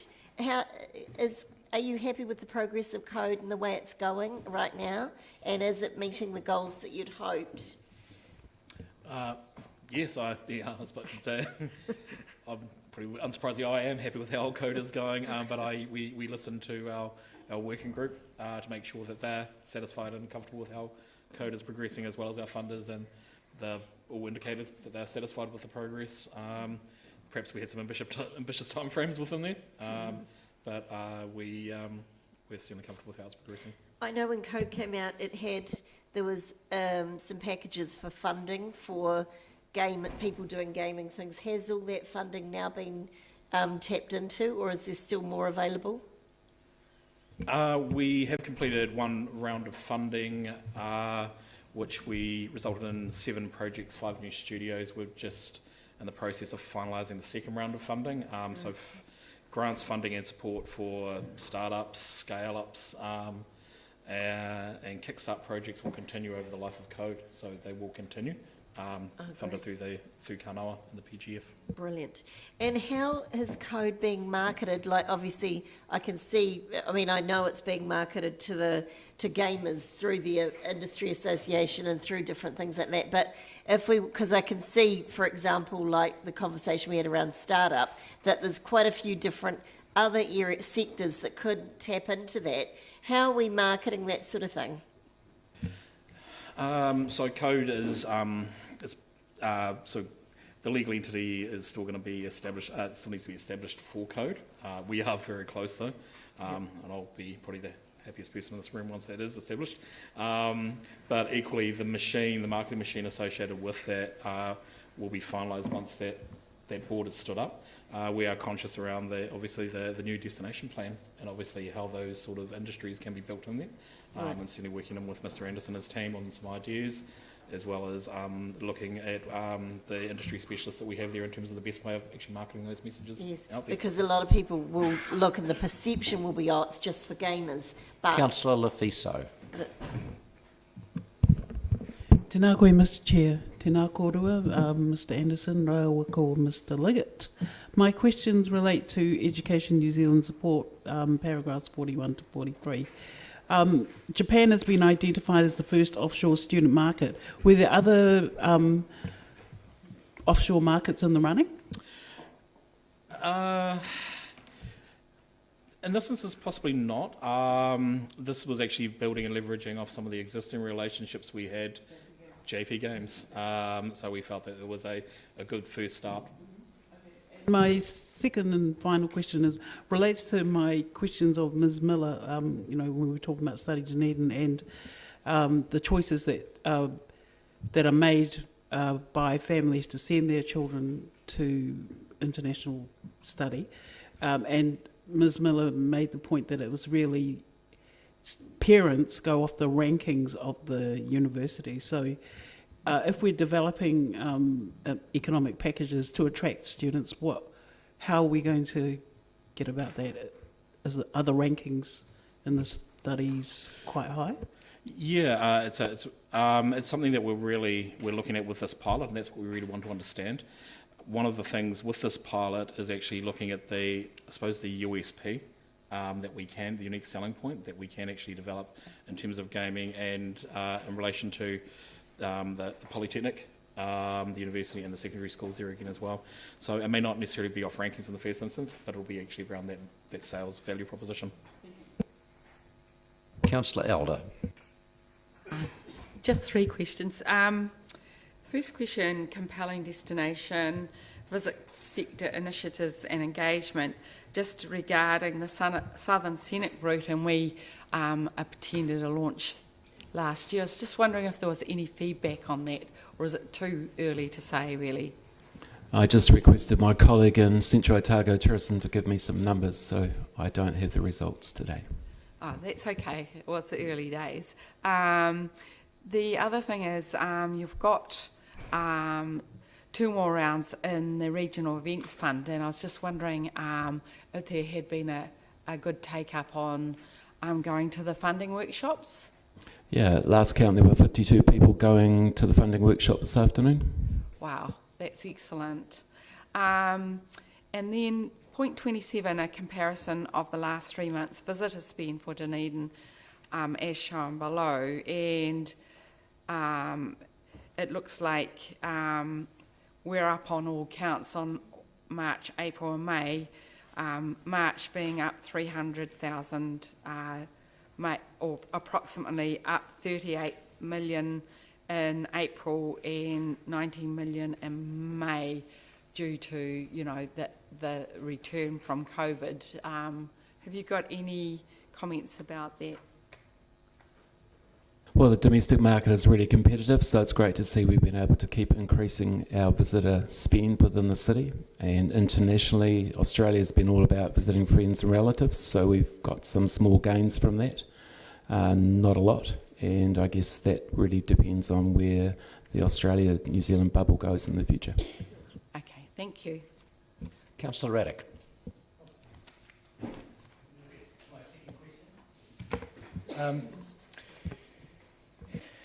Following on from Councillor Elder's question, it does look like a really large jump in visitor spend in Dunedin compared to last year. Have I got that right? Yeah, fantastic and well done. So you attribute that largely to Plan D? Of course. Well done. Councillor O'Malley. All I'm really asking is that when we do the eyesight, we've got percentages, but we don't have absolute numbers. And I'm just looking at that going, if domestic travellers have gone up from 25% to 92% of the total visitors, and the domestic spend doubled, it would imply that the number of people at the eyesight's gone down quite a bit. So could we have sort of the numbers and then the percentage in brackets in the next reporting cycle? Thanks. Mayor Hawkins. Yeah, thank you, Mr. Chairman. Potentially for Mr. Christie, who was here then. My understanding of the previous destination plan that is currently being reviewed was that the intention was for it to be a far wider document than supporting the tourism sector, that it was indeed focused more broadly at investment and migration and education and so on. Is that still the case for the revised version? I'll answer the first bit, and then I might just ask Mr. Anderson to correct me if I'm wrong regarding the intention for the next destination plan. But we were the first city in the country to look at a destination marketing plan when we first did that, and we did that as a whole of city approach and covering as broad a range as we could across the sectors, where we looked at how we could manage visitors into our city across that range of different sectors. That has changed somewhat, and I think we'll see quite a prescriptive model for this next destination plan, which will also include destination management, which I know is dear to a lot of people's hearts around this table. And that is defined by MB's guidelines, which are I guess, have been a really significant shift since when we did the first destination plan. So there's really good guidance now available for RTOs and organisations such as ours, and good consultants who have been through this process multiple times. So I'm confident that we can get a good outcome from our city. There is a process underway which has been outlined to ensure that we improve on our destination plan in this next round. Yes, I think the key word is destination. It's not a visitor management plan, it's a destination management plan. Thank you. And one assumes that were we to require further funding of government, using their framework would be helpful. My second question is around the Good Food Dunedin project. We had a number of submissions through the 10-year plan process asking us to reconsider where it might sit within our organisational structure. Is that something that is being discussed as part of either the strategic framework review or your own internal work plan reviews? Or yes, probably both in the short answer, but I'll ask Mr. Liggett just to expand on the proposed work program we've got to bring back to council on that.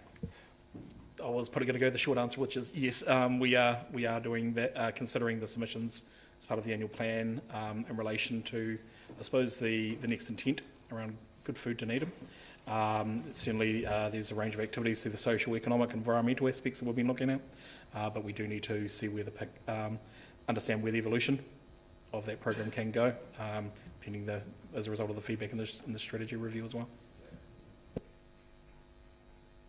Councillor Houlihan, you can have one more question. Thank you. This isn't the one I was going to ask before, but anyway. Have we ever had an official song for our city? I'd like to hand that question over to Mr. Anderson. There are probably wiser people around the table than me that could answer that. I don't know. I just wondered if because we've had the Dunedin Sound, and I wondered, does John know, or Mr. Christie know? Look, I don't think we have an answer to that, but we can certainly ask, and we'll let you know any response that we get, Councillor. Thank you. Yeah, it'd be lovely to have a Dunedin song. Thank you. It's been moved, the resolutions have been moved by Councillor Elder, seconded by Councillor Wiley. Councillor Elder.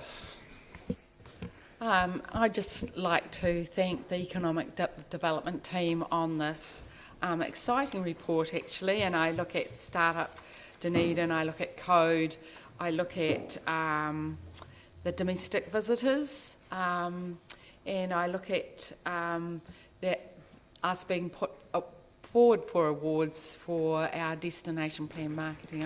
I think the whole team has done a sterling job, and yes, we can always improve, but certainly there's a lot to be saying thank you for, and the huge success of all the Code and Startup and all the other initiatives we're looking at. With that, is there any other speakers? Councillor Gary. Thank you, Mr. Chair. I was particularly taken with the range of activities and the depth of them in this report. Everything from the economic overview, the relationships in the business community, the work with the regional partners, the very clear development of Code and the significance of that, the work we're doing in film, which has huge potential, and the fantastic Anything But campaign, which I particularly liked, and Plan D, which was a triumph. And we've always known that our domestic visitors were really important in terms of the sector, of the visitor sector, and clearly we have increased on that, and we're ready for Australia when the time comes. We've done all of that work. I wish the team well for the 2nd of September. I've high hopes that we'll do well in that, because I think Plan D was quite unique. Study Dunedin, that particular sector has got huge challenges, but the work continues while we await for immigration decisions. And I want to congratulate Sharon and the eyesight for being awarded the Michelle McCormick Award. The destination plan, I recall us going through that very much so. We were the first cab off the rank, and that took courage.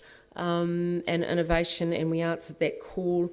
And second time round, with that extra guidance that we've got from MB, that will be an even better document than the first, which was excellent at the time.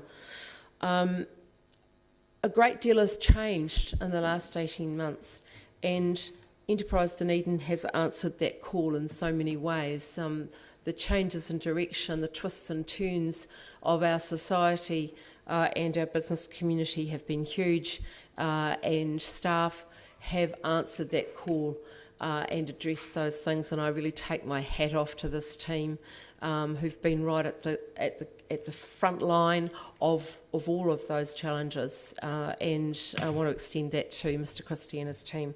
A huge thank you for all the work done and what's been achieved. Councillor Houlihan.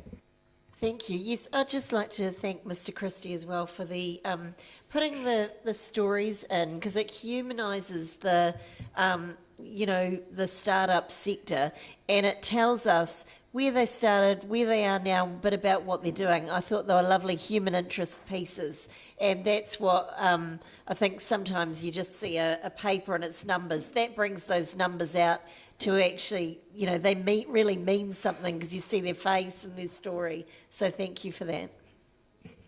And I think we're a city that punches above its weight, because we've got quite a coup with getting code, Centre of Digital Excellence for the whole of New Zealand in Dunedin. We are little battlers here. Are there any speakers against noting? If not, your right of reply. Councillor. I just note that all the speakers were for, and we're very excited about what Enterprise Dunedin have and the Economic Development Unit has done, and we're excited to hear the next report. Thank you. I'll put it. All in favour? Against? That is carried. Are there any items for consideration by the Chair? If not, I will declare the meeting closed at 4:28.